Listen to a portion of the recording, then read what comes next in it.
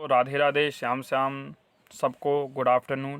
दोस्तों, आज की क्लास आपको ज़्यादा से ज़्यादा शेयर करनी है। लगभग आपको मैं 350 प्लस क्वेश्चन दूंगा और ये क्लास आप समझ सकते हैं। बिल्कुल एक एक ऑप्शन का व्याख्या सहित होगा, समय लगेगा। तो ये मान के चलो, ये मैराथन है, महामैराथन समझ लीजिए। लेकिन इतनी गारंटी है कि आज की क्लास को यदि आप सही से पढ़ते हैं, और इसका विश्लेषण सुन लेते हैं, तो मैं इतना दावा कर सकता हूं कि यहाँ से 25 प्लस नंबर तो आपके 100% आप समझ लीजिए, श्योर कर लीजिए।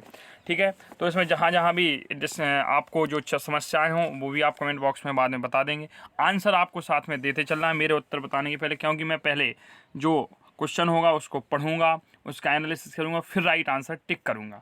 ठीक है, तो पहला क्वेश्चन है, आइए आगाज करते हैं। जल्दी से सब कुछ शेयर कर दीजिए जब तक पहला क्वेश्चन है, ताकि संख्या कम से कम 25, 30, 40, 50 लोगों तक पहुंच जाए। जितने ज़्यादा लोगों को आप पहुंचाएंगे उतना ही उन लोगों का भला होगा। ठीक है, सबको मैं चाहता हूँ ये क्लास मिल जाए। तो अब स्टार्ट करते हैं। नमः संस्कृताय। ठीक है, तो अब संस्कृत की कक्षा का ये मैराथन क्लास स्टार्ट होता है। पहला क्वेश्चन दिया है, निम्न में स्वर का भेद नहीं है। तो पहले तो ये समझ लीजिए स्वर के कितने भेद होते हैं। तो भाई स्वर के 3 प्रकार के भेद होते हैं। पहला होता है ह्रस्व स्वर, दूसरा होता है प्लुत स्वर, तीसरा होता है दीर्घ स्वर। तो इसमें कहा है भेद नहीं है। ये नहीं शब्द बहुत अच्छी तरीके से पढ़ना, क्योंकि आपने पढ़ लिया अगर निम्न में स्वर का भेद है तो हाल दीर्घ कर दोगे। तो ठीक है, स्वर का भेद नहीं है, तो इसका ऑप्शन नंबर 4 होगा करेक्ट आंसर। आपको पता चलेगा क्वेश्चन पहले का 4। लेकिन अब भाई इसका देख लीजिए, यहाँ पे बनेगा क्या। दीर्घ स्वर जो ह्रस्व स्वर होते हैं, ह्रस्व स्वर हमारे कितने होते हैं, ह्रस्व स्वर 5 होते हैं, आ ई उ री ली। और दीर्घ स्वर क्या होते हैं, दीर्घ आ, दीर्घ ई, दीर्घ उ, दीर्घ रिली, ए, औ, आई और औ। ठीक है, प्लुत स्वर क्या होते हैं, प्लुत स्वर हमारे आ ई उ होते हैं।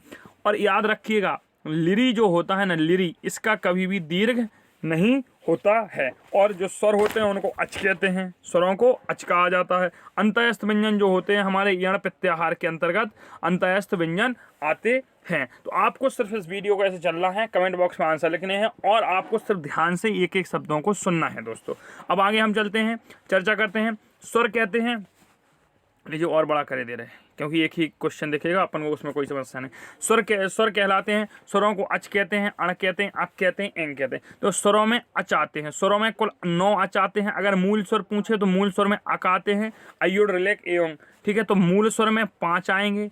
अण काय में आते हैं, ये आपको पूछना है। देखो, अयोड़ तो अण प्रत्याहार होता है और एंग भी प्रत्याहार होता है। प्रत्याहार चारों होते हैं, लेकिन इसने कहा स्वर आते हैं, तो क्वेश्चन नंबर ए। स्वर कहलाते हैं अच, स्वरों को क्या कहते हैं, अच कहते हैं। लेकिन यदि क्वेश्चन बन जाता मूल स्वर, क्या मूल स्वर, तो हमें पता है संस्कृत में हमारे 5 मूल स्वर हैं दोस्तों। तो मूल स्वर हमारे अक प्रत्याहार के अंतर्गत आते हैं। आगे हम चलते हैं।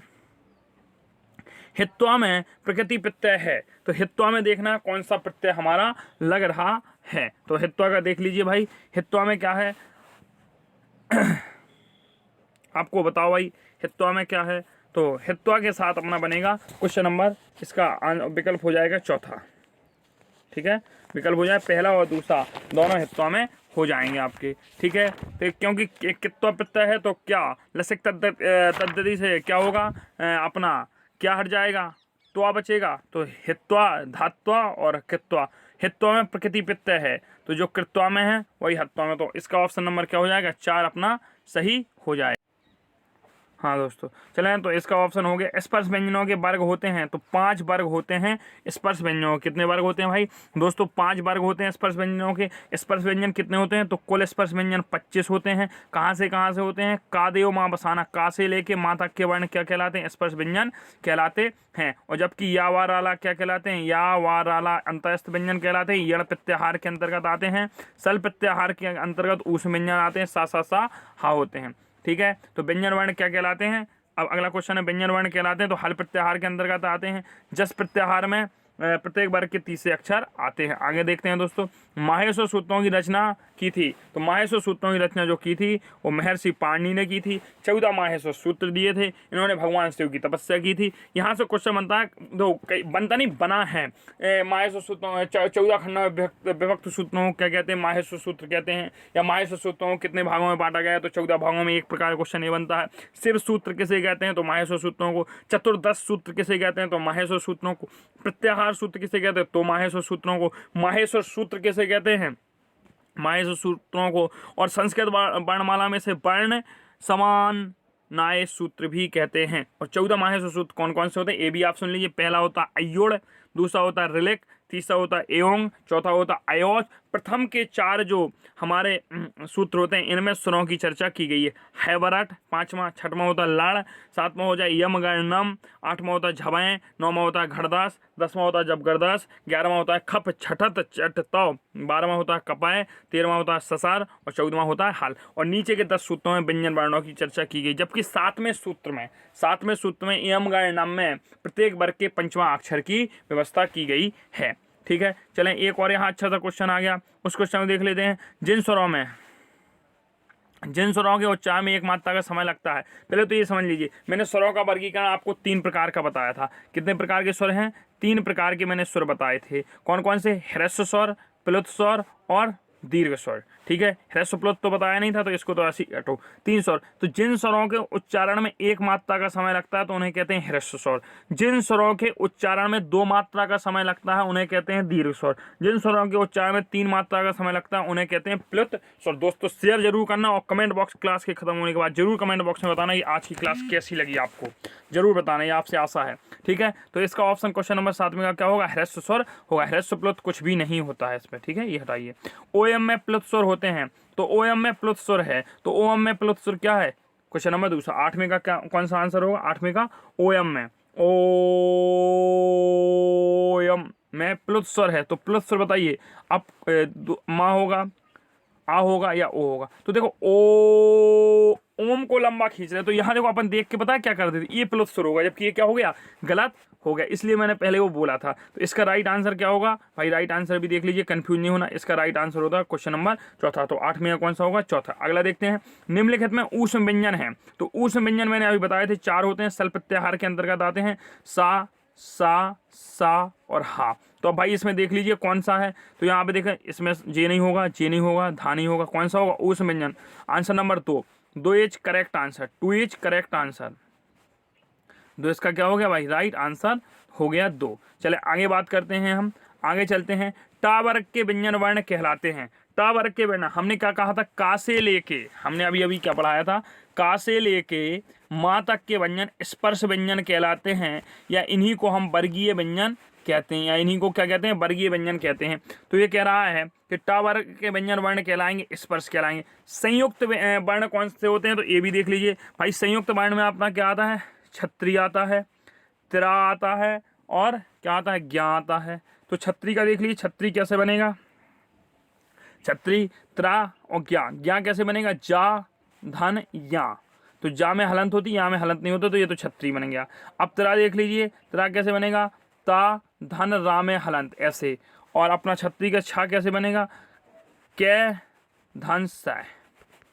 तो छत्री का छा बन जाता है। ये आपके क्या होते हैं? बनने के हमने आपको बता दी कि जो अपने संयुक्त स्वर होते हैं वो किस प्रकार से बनते हैं। अब हम आगे बात करते हैं। तो जो छत्री का वो होता है, छत्री होता है तो कैसे बनता है? कै, धन, से भाई वो थोड़ा लिखने में मिस्टेक हो गया तो सैटी वाला साहब इसमें मोबाइल पे लिखना पड़ता है। तो अब यहाँ एक और देख लीजिए। तो 10वें क्वेश्चन का आंसर तो अपना कौन सा सही होगा? स्पर्श। लेकिन बकाया इसकी व्याख्या कर दी। अब ऊष्म देख लीजिए। ऊष्म व्यंजन के अंदर 4 आते हैं। कौन कौन से आते हैं? सा है, सा है, सा है और हा है। ऊष्म व्यंजन को सल भी कहते हैं। ऊष्म व्यंजन को क्या कहते हैं दोस्तों? सल भी कहा जाता है। ऊष्म व्यंजन को क्या कहा जाता है? सल भी कहा जाता है। अगला देख लीजिए, अभी इसका ऑप्शन पूरा नहीं हुआ, अभी देखें। अंतःस्थ व्यंजन। अंतःस्थ व्यंजन के अंतर्गत यण प्रत्याहार आता है। और यण प्रत्याहार में कौन कौन से वर्ण होते हैं? या, वा, रा, ला।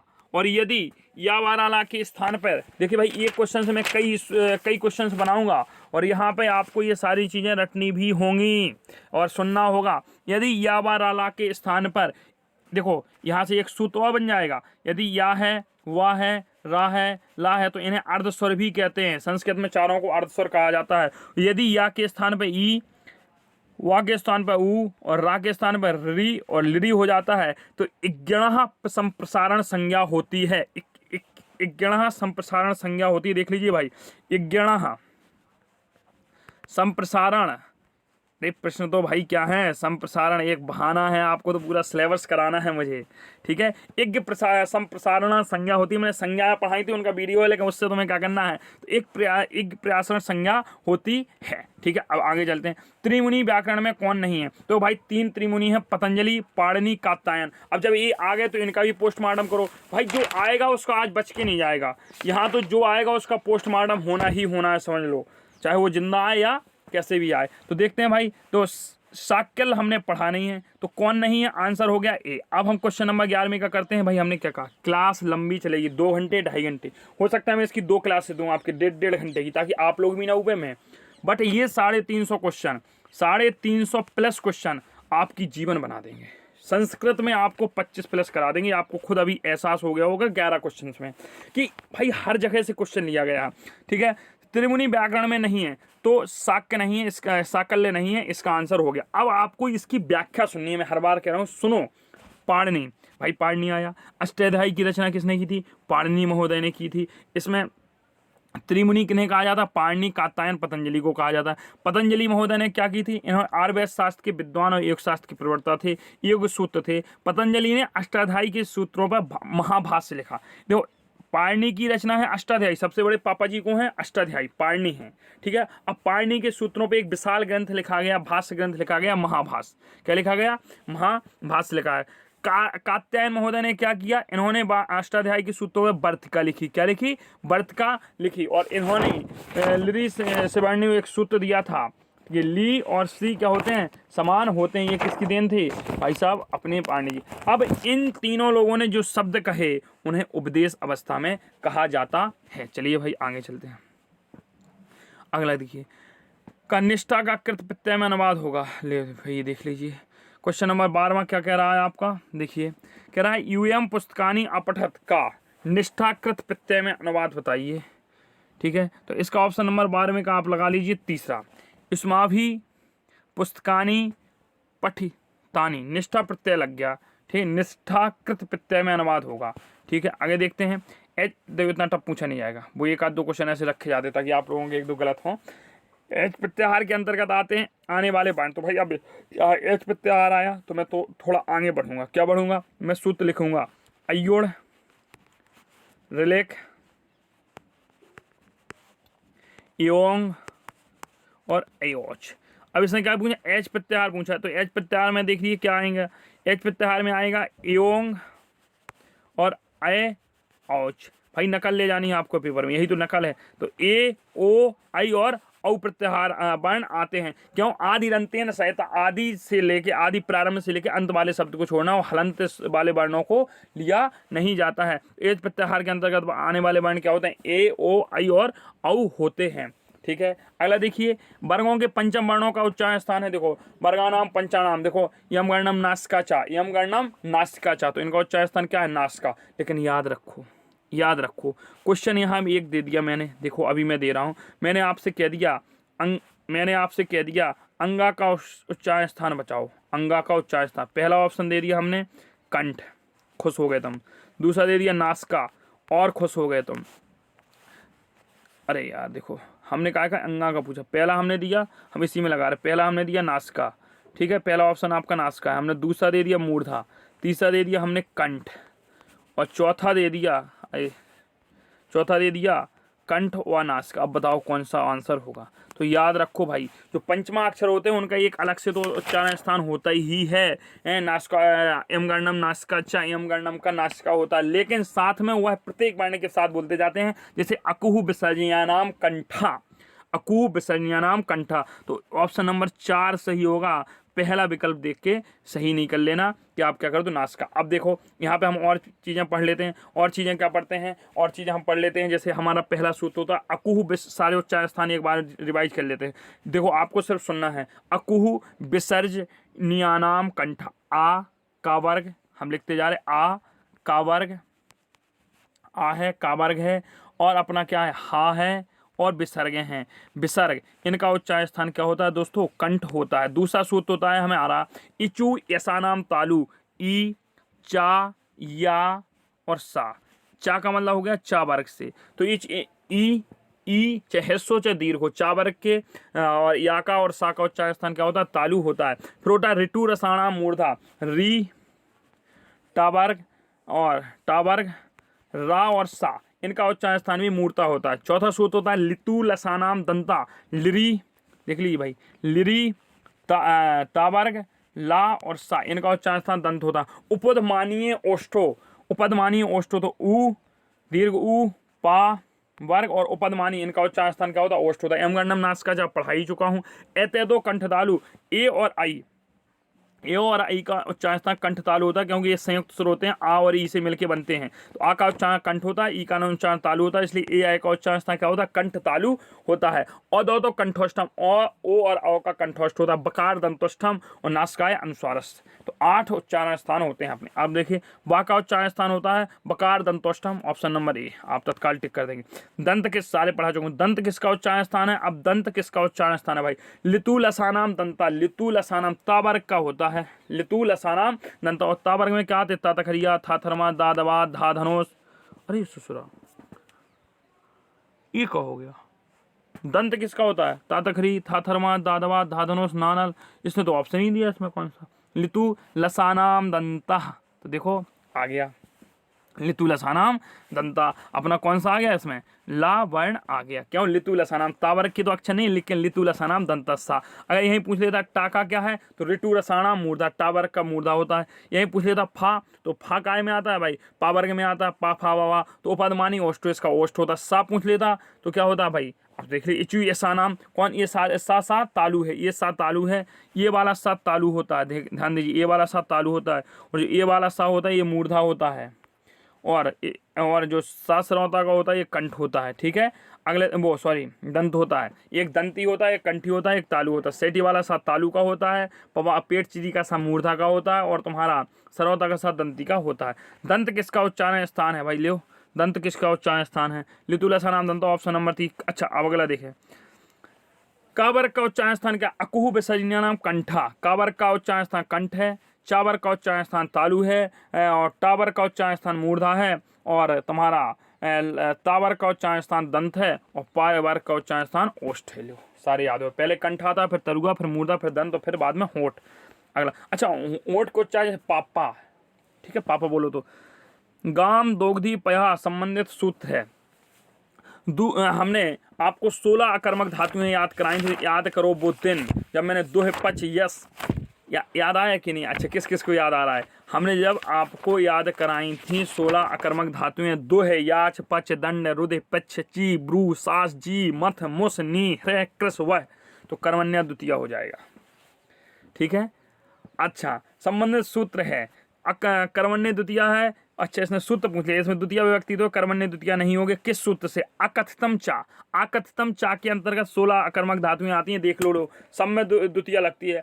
काला ध्वनित संयोगे, काल के अर्थ में भी द्वितीय आती है अपनी, कर्मण्य द्वितीय विभक्ति होती है। देखो कंफ्यूज ससुरा हम भी हो गए इस क्वेश्चन में। तो 18वें का कौन सा होगा भाई, याद रखना 18वें का आंसर नंबर आपका कौन सा होगा, दूसरा होगा। अकथितम चा सूत्र से गायम दोग्धी पया, दुहिती दो रही है, तो दो अकथितम चा में 16 वो आती हैं, 16 धातुएं होती हैं, इनकी 2 धातुओं की कर्म संज्ञा बनती है, द्वितीय विभक्ति होता है। दो है याच पच दंड रुद पृच्छ ची ब्रू सा जी मथ मुस नी है कृस वह, ये 16 द्विकर्मक धातुएं होती हैं। आगे चलते हैं दोस्तों। हाँ, जा वर्ण का उच्चारण स्थान क्या है, विकल्पों का चुनाव करके निम्न में से कौन सा सही होगा लिखना। अरे अपन को क्या करना है यार, जा वर्ण अपन तो देखो काय में आता है, चा चम्मच छा छाता जा, भाई साहब 2.5 घंटे होते हैं, 150 मिनट में 150 क्वेश्चन करने, आराम से कर लोगे। जा तो याद कर लेना, चा चम्मच छा छाता जा जहाज, इचू ऐसा नाम तालु होता है। कंठ में क्या होता है, का वर्ग होता है, अकु विसर्जनीय कंठा। दंत में क्या होता है, लिटू रसानाम दंता, ऋतु रसानाम मूर्धा। यदि आज की क्लास देख लोगे तो जिसने आज तक संस्कृत नहीं पढ़ी वो भी 20+ करके आएगा, एहसास हो रहा होगा। एक एक सूत्रों को लेकर चल रहा हूँ। चलें, एक प्रत्याहार के अंतर्गत वर्ण आते हैं। अब ये समस्या कि मैं यहाँ पूरे प्रत्याहार नहीं लिख सकता हूँ, लेकिन फिर भी आप एक प्रत्याहार वाला वीडियो देख लेना, फिर भी लेकिन एक प्रत्याहार, पहला सूत्र होता है हमारा अयुड़, जितना कोशिश कर रहा हूँ लिखने की बन जाए। दूसरा होता है रिलेख। अब एक पूछ लिया ई और का, तो ई उ री ली, क्या आता है, ई आता है, ऊ आता है, री आता है, लिरी आता है। प्रत्याहार करने वाला प्रत्यय विधायक सूत्र क्या होता है, आदि अंत्यन संहिता, और प्रत्याहार का सूत्र क्या होता है, सन्निकर्षा संहिता।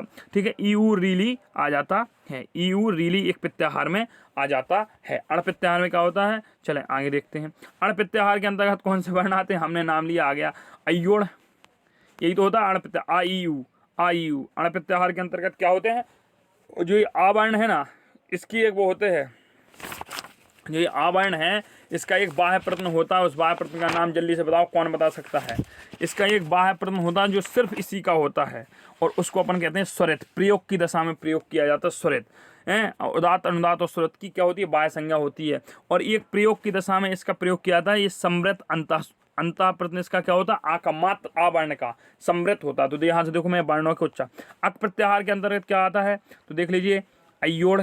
मैं तो आपको माहेश्वर सूत्र, मैंने इसका मतलब माहेश्वर सूत्र पढ़ना है, इसका मतलब आप 10-15 मिनट की क्लास देखी मेरी, डरी है माहेश्वर सूत्र की, पढ़ लेना अयोड़। अरे इतना टाइम अभी घबराना नहीं, एक दिन मैं और आऊँगा अभी लाइव, तुम लोगों से रूबरू चेहरा दिखाऊंगा अपना, अभी शकल नहीं दिखाई ना काफ़ी दिनों में। आ ई ऊ रीली, आ ई ऊ रीली पहला ऑप्शन होगा, उस दिन जरूर मिलेंगे।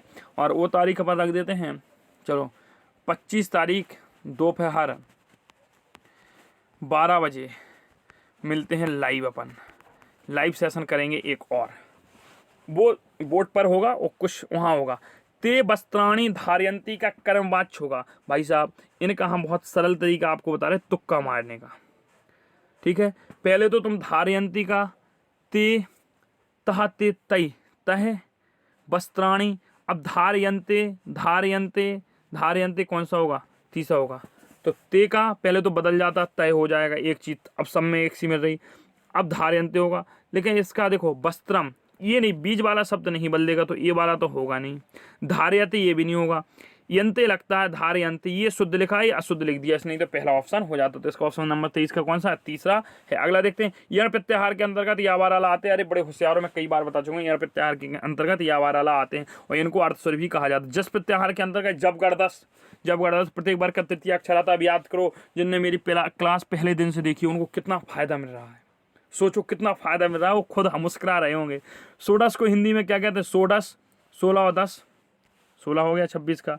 आगे देखते हैं भाई, इच प्रत्याहार के अंतर्गत आने वाले वर्ण देखो, हम अभी लिखे दे रहे इच प्रत्याहार के अंतर्गत आ ई ऊ अयोड़ रिलेख, मुझे आता नहीं, बस मुझे माहेश्वर सूत्र आते हैं। तो इच रिलेख योंग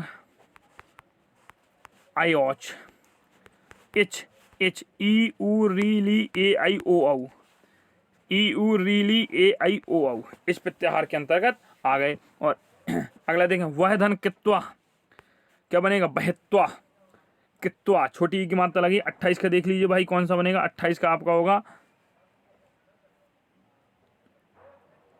वह धन कित्वा का रूप बनेगा उड़वा, ये नहीं होगा, बहत्वा होगा। चलें अगला देखें, अगला देखें, एंग प्रत्याहार के अंतर्गत आने वाले वर्ण क्या होते हैं, एंग प्रत्याहार। तो देख लीजिए एंग क्या होगा, ए ओंग, ए ओंग, तो ए ओ होगा, ए ओ, एक ही ऑप्शन है एंग प्रत्याहार के अंदर। बाणभट्ट कृत हर्षचरित में है, बाणभट्ट कृत जो हर्षचरित है उसमें क्या है, अमाख्या है। ऐसे क्वेश्चन कभी कभी पूछ ले जाते हैं, ये भाई रट लेना। अब तभी तो मैंने 25 प्लस लिखा, 30 में 30 लिखा नहीं। अच प्रत्याहार के अंतर्गत सभी स्वर आते हैं, आ ई ऊ री ली ए आई ओ औ। अच प्रत्याहार के अंतर्गत 9 स्वर आते हैं, 1 2 3 4 5 6 7 8 9। कई यूट्यूब वाले आपको 11 पढ़ाएंगे, नहीं पढ़ना। 9 स्वर होते हैं हिंदी, वो संस्कृत में 11 होते हैं हिंदी में। अठ प्रत्याहार के अंतर्गत क्या आते हैं, अब ये सुना देखो, अयोड़ रिलेख योंग एच हैबरट, हैबरट हा या वारा, तो हा या वारा जिसमें है हैबरट उसका ऑप्शन होगा, ऑप्शन नंबर 3 होगा। जब गणदास ये तृतीय अक्षर होते हैं।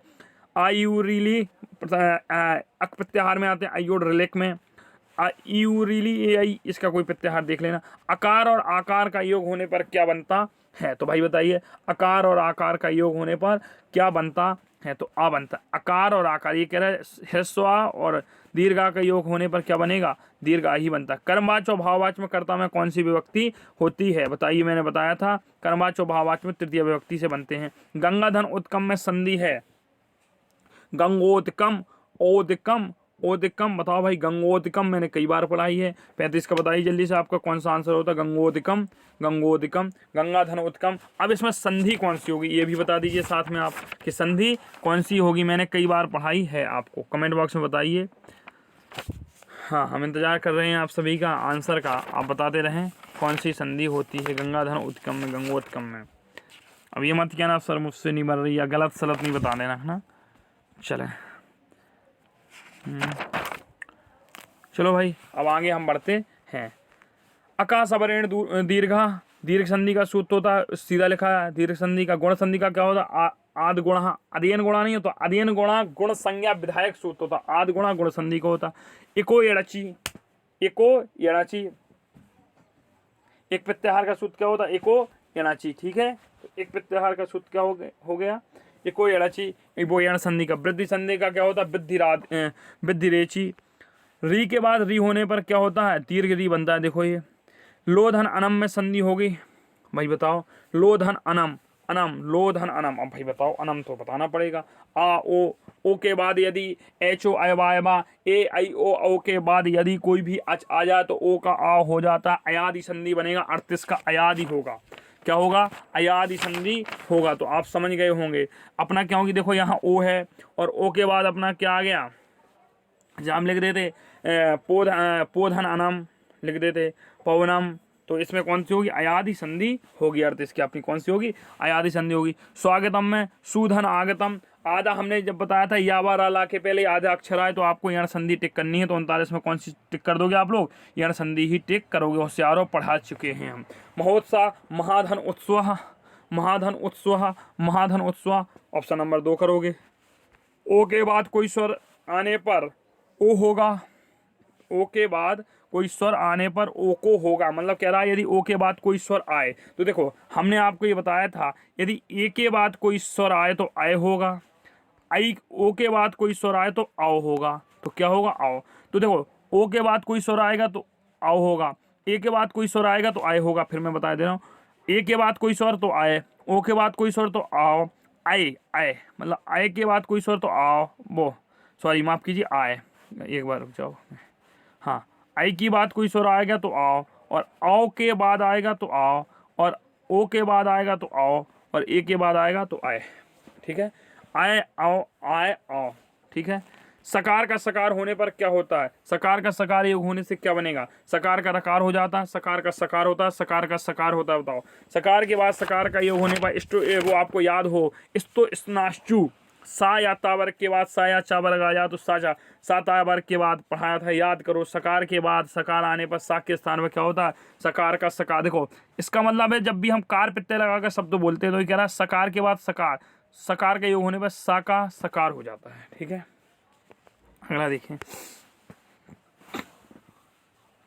वाक धन जाला संधि होने पर क्या होगा, ककार, का के बाद व्यंजन वर्ण आ गए। अब याद करो जब मैंने संधि पढ़ाई थी आपको कि यदि झलाम जसोयंती, झलाम जसोयंती यही लगेगा, यही नहीं लगेगा। अब देखो यही तो नहीं लगेगा, क्यों, झलाम जसोयंती यदि लगाओगे तो उसमें क्या कहा गया था, झल प्रत्याहार के बाद यदि कोई क्या हो जाए, अच आ जाए, अच हो या हल वर्ण हो, कोई भी वर्ण हो तो जस बनेगा, ठीक है।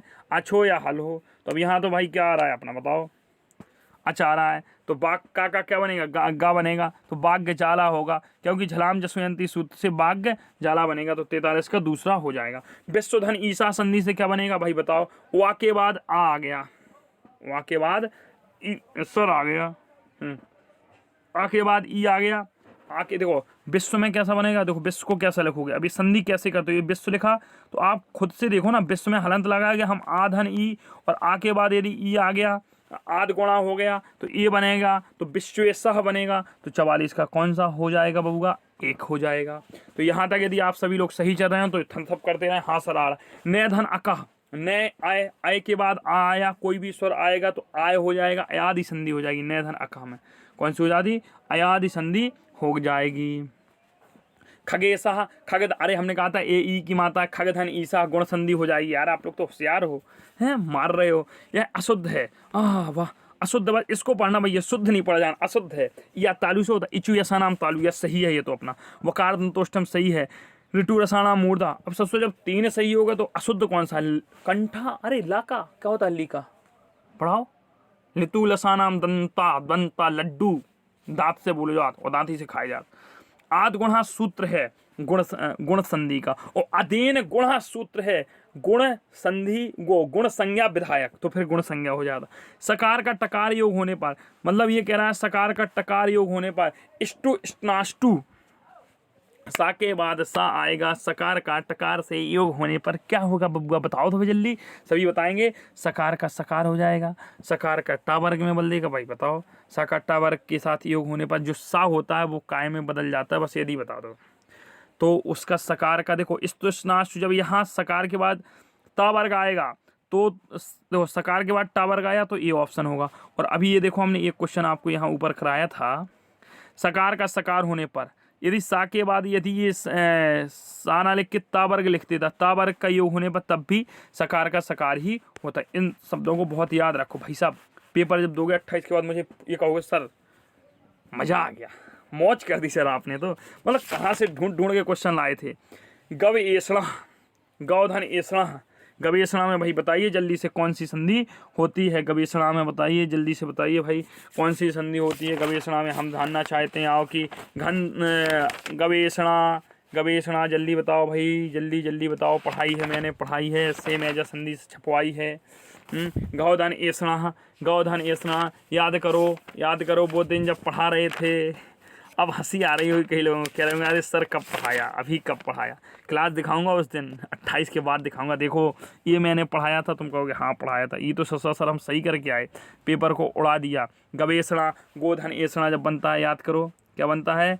गोधन एषणा। कहीं तो गलत दे रहे, गोधन एषणा मैं कहता भी जा रहा हूँ गौधन एषणा, गौ आओ आओ आओ। हमने कहा था शब्दों को ध्यान से पढ़ा करो। गवेषणा, अब ऐसे नहीं गवेषणा नहीं, गवेषणा, गवेषणा, अवेषणा, अपने मन में पढ़ना। अव आ गया, अयादि लगा दो। अगला देखो एच ओ वाय सूत्र है। अयादि संधि का, दीर्घ संधि का क्या है? आकाश अवर्ण दीर्घ। या संधि का क्या है? एको अड़ची। गुण संधि का क्या है? आद गुण। अच धन अंत होने पर क्या बनेगा? अभी ये का हो गया। अब भाई बताओ, अच धन अंत होने पर यदि हमने अभी अभी बताया झलाम जसोयंती, झलाम जसोयंती याद करो। यदि कोई भी स्पष्ट लिखा है झल प्रत्याहार के स्थान के बाद जस हो जाए, ठीक है। अब झल प्रत्याहार में क्या क्या आते हैं? झल प्रत्याहार में तुम्हारे का खा गा घा, मतलब का खा गा घा, चा छा जा, टा ठा डा, ता था धा, पा फा बा, पा फा बा, पा फा बा और भा मानी आता है। पंचमाक्षर नहीं होते, हा सा सा आते हैं, ठीक है। अब देखो भाई अच के बाद आ गया तो चा है, तो चा किस वर्ग का है? इचुएशन नाम, तो जा में बदलेगा, और जा में बदलेगा तो क्या बनेगा? चा का जा बनेगा, और जा में हलंत लगेगी तो देखो ये ऐसे होगा, आ चा का जा बनेगा, जा धन अंत क्या बन जाएगा? अजंता। क्वेश्चन नंबर 52 का क्या हो गया? 4 हो गया। 52 का क्या हो गया? 4। सूत्र हमने बता दिया झलाम जसुयंते से बनेगा, मैंने बहुत अच्छी तरह झलाम जसुयंत। ये चित धन आनंदा, तो तकार का तकार होगा, चिदानंदा हो जाएगा। लेकिन सच्चिता तो सत धन चिता, तो इसमें नहीं होगा। इसमें नय धन अका, नय कहा, नय धन अका, तो इसमें कौन सी संधि होगी? आप जल्दी से बताइए भाई। 53 में कौन सी संधि होगी? अयादि संधि होगी दोस्तों। कौन सी होगी? अयादि। अभिहित कर्म में विभक्ति होगी, अभिहित कर्म में विभक्ति होगी। अभिहित, हाँ हाँ भाई सर कौन सा आप पढ़ाए हो? अब हम नहीं पढ़ाए हैं। अब ससुरा ये तो बहुत समस्या हो गई, जो कहेगा कि नहीं पढ़ाए हैं। तो याद करो मैंने जब पढ़ाया था आपको, हमने आपको पढ़ाया था अभिन्न विषय, अभि और नी दोनों उपसर्ग यदि विष धातु के साथ जड़ लग जाएं तो क्या आता है? कर्म संज्ञा होती है। तो अब इसमें बताइए भाई चौंगन का कौन सा होगा आपका? चौंगन का बताइए। अभिहित कर्म में विभक्ति होगी, अभिहित, अभिहित, तो वो वाला तो लगेगा नहीं। तो जब भी ऐसे शब्द आएँ तो इसमें कौन सी विभक्ति हो जाएगी आपकी? प्रथमा हो जाएगी, अभिहित। क्योंकि हमने ये कहा था कि अधि और नी उपसर्ग के बाद यदि विष धातु आए तब तो द्वितीय होगी। अब यहाँ वो तो आई नहीं, विष धातु तो आई नहीं, तो अभिहित में क्या हो जाएगा भाई? प्रथमा होगी आपकी। चौंगन का कौन सा हो जाएगा? पहला हो जाएगा। अब आगे चलते हैं दोस्तों, और आगे हम बात करते हैं। चलो हाँ, अगला क्वेश्चन चेदहननम में बताइए भाई कौन सी संधि होगी? संधि बताइए, जल्दी से बताइए आप लोग।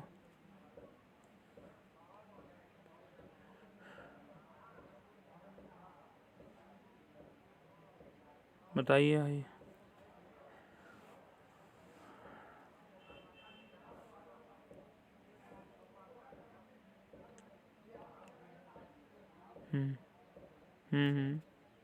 चलिए, तो चेदनानम, चयनम, चयनम, चयनम चौथा हो जाएगा। अगला देखते हैं, दिगंबर में दिक धन अम्बरा, ककार का गकार होगा भाई, दिक धन अम्बरा बनेगा। 56 का कौन सा बनेगा? दिक धन अम्बरा पहला। क्यों बनेगा? गा का हो जाए। आगा देख लीजिए भाई, पठतु धन अत्र में कौन सी संधि होगी? ऊ के बाद आ आया, ऊ के बाद क्या आया? आ आया। ऊ के बाद आ आया, कोई अड़ची ई, ऊ के बाद कोई भी स्वर आ जाए यण संधि पे। आइए अब हम आपको ले चलते हैं यण संधि के ऊपर। हम आपको कहाँ ले चलते हैं? यण संधि के पास में ले चलते हैं। चलिए, अब यण संधि का सूत्र आप बताएंगे, तो पहले हम संधि ही मौखिक आपको बता दे रहे, कोई अड़चरी। अब इसने कहा है कि यदि ऊ के बाद, देखो पठतु में क्या बनेगा दोस्तों? प ठा तू, ता से हमने हलंत लगाई, ऊ निकाला, ऊ धन आ। हमें तो ऊ के बाद आ मिलेगा, ऊ के बाद आ मिलेगा तो हम वा बनाएंगे, और जब वा बनाएंगे तो पा ठा वा त्रे। कौन सी संधि होगी इसमें?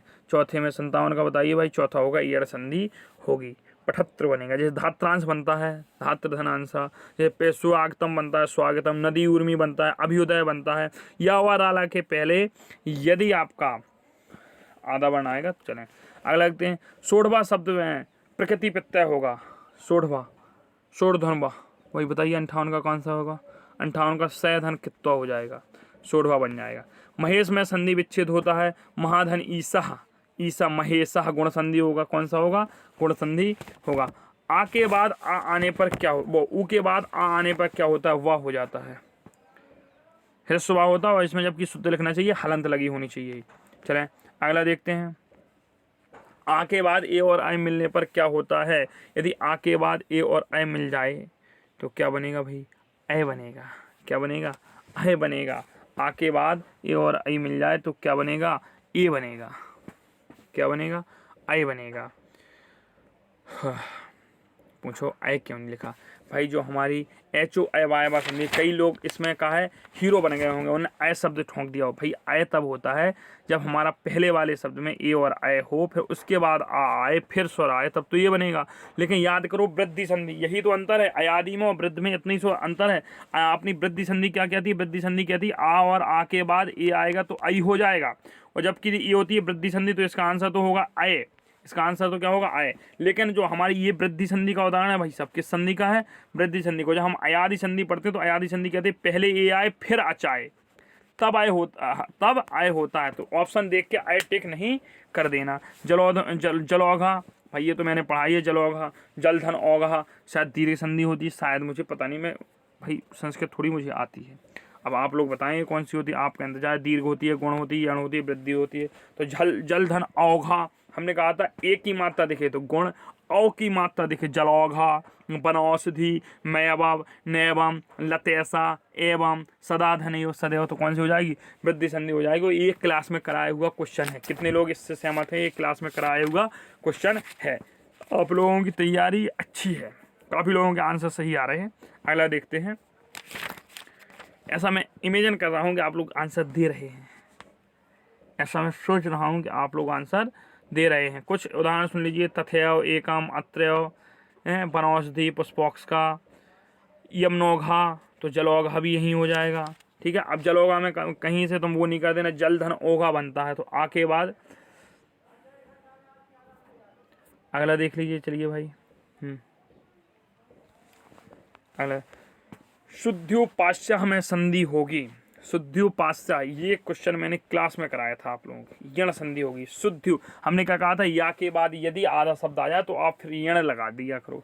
गुरुधन उपदेशा, ग्रुपोदेशा, गुरुधन ऊ और ऊ मिलके दीर्घ ऊ बनाएंगे। ऊ और ऊ यहाँ, अकाशवरेण दीर्घ, ग्रुपदेशा, तो क्या बनेगी भाई? ग्रुपदेशा में भाई बताइए जल्दी से। 64 का आंसर बोलिए, सही बोलिए, कौन सा होगा? ग्रुपदेशा। दीर्घ ऊ बनेगा, और दीर्घ ऊ देखो, ये दीर्घ रा में यही होता है रू, जब ऐसी मात्रा लगती है और ऐसी लगी तो ह्रस्व होता है। तो इसमें कौन होगा? ग्रुपदेशा होगा, दीर्घ संधि हो जाएगी। अव्याधिगण धातु नहीं है, भैया भव्यादिगण धातु नहीं है, देख लीजिए 65 का तो 4 लिख नहीं है भव्यादिगण में। अब ये धातु धातुओं के चक्कर में पढ़ो, ये तो याद कर लेना आप लोग जितना पता है। मैंने क्या कहा 25 नंबर आ जाएंगे उतने में खुश रहना। अब जिसको 30 में 30 लेने तो भाई वो टीजीटी पीजीटी की तैयारी करेगा। फिर इसके बाद री के बाद स्वर आने पर री के स्थान पर हो जाता है। री के बाद कोई स्वर आता है, अब याद करिए इको अड़ची, ई के स्थान पर इको अड़ची, ई री के बाद कोई स्वर आ जाए तो री का रा बन जाता है। अर नहीं कर देना गुरु, अर नहीं कर देना, क्यों? हमें पता है कि हमने रटवा दिया है, तुमको समझा दिया है, और आप अर के लिए कहाँ जाओगे गुण संधि में, तो उसमें याद रखना कि री के बाद स्वर नहीं आता, उसमें स्वर के बाद री आती है, बस इतना याद रखना, उसमें स्वर के बाद री आती है। देखो यही है, री के स्थान पर स्वर आने पर, मतलब री धन हम अच कह दें तो बनेगा रा बनेगा अपना, क्या बनेगा? री के बाद धन स्वर आ जाए तो री बनेगा, और स्वर के बाद री आ जाए तो अर बन जाए। अभी यहाँ पे बनेगी आपकी कौन सी? यण संधि, और यहाँ पे फिर बन जाएगी आपकी गुण संधि। फिर कौन सी बन जाएगी? गुण संधि बन जाएगी।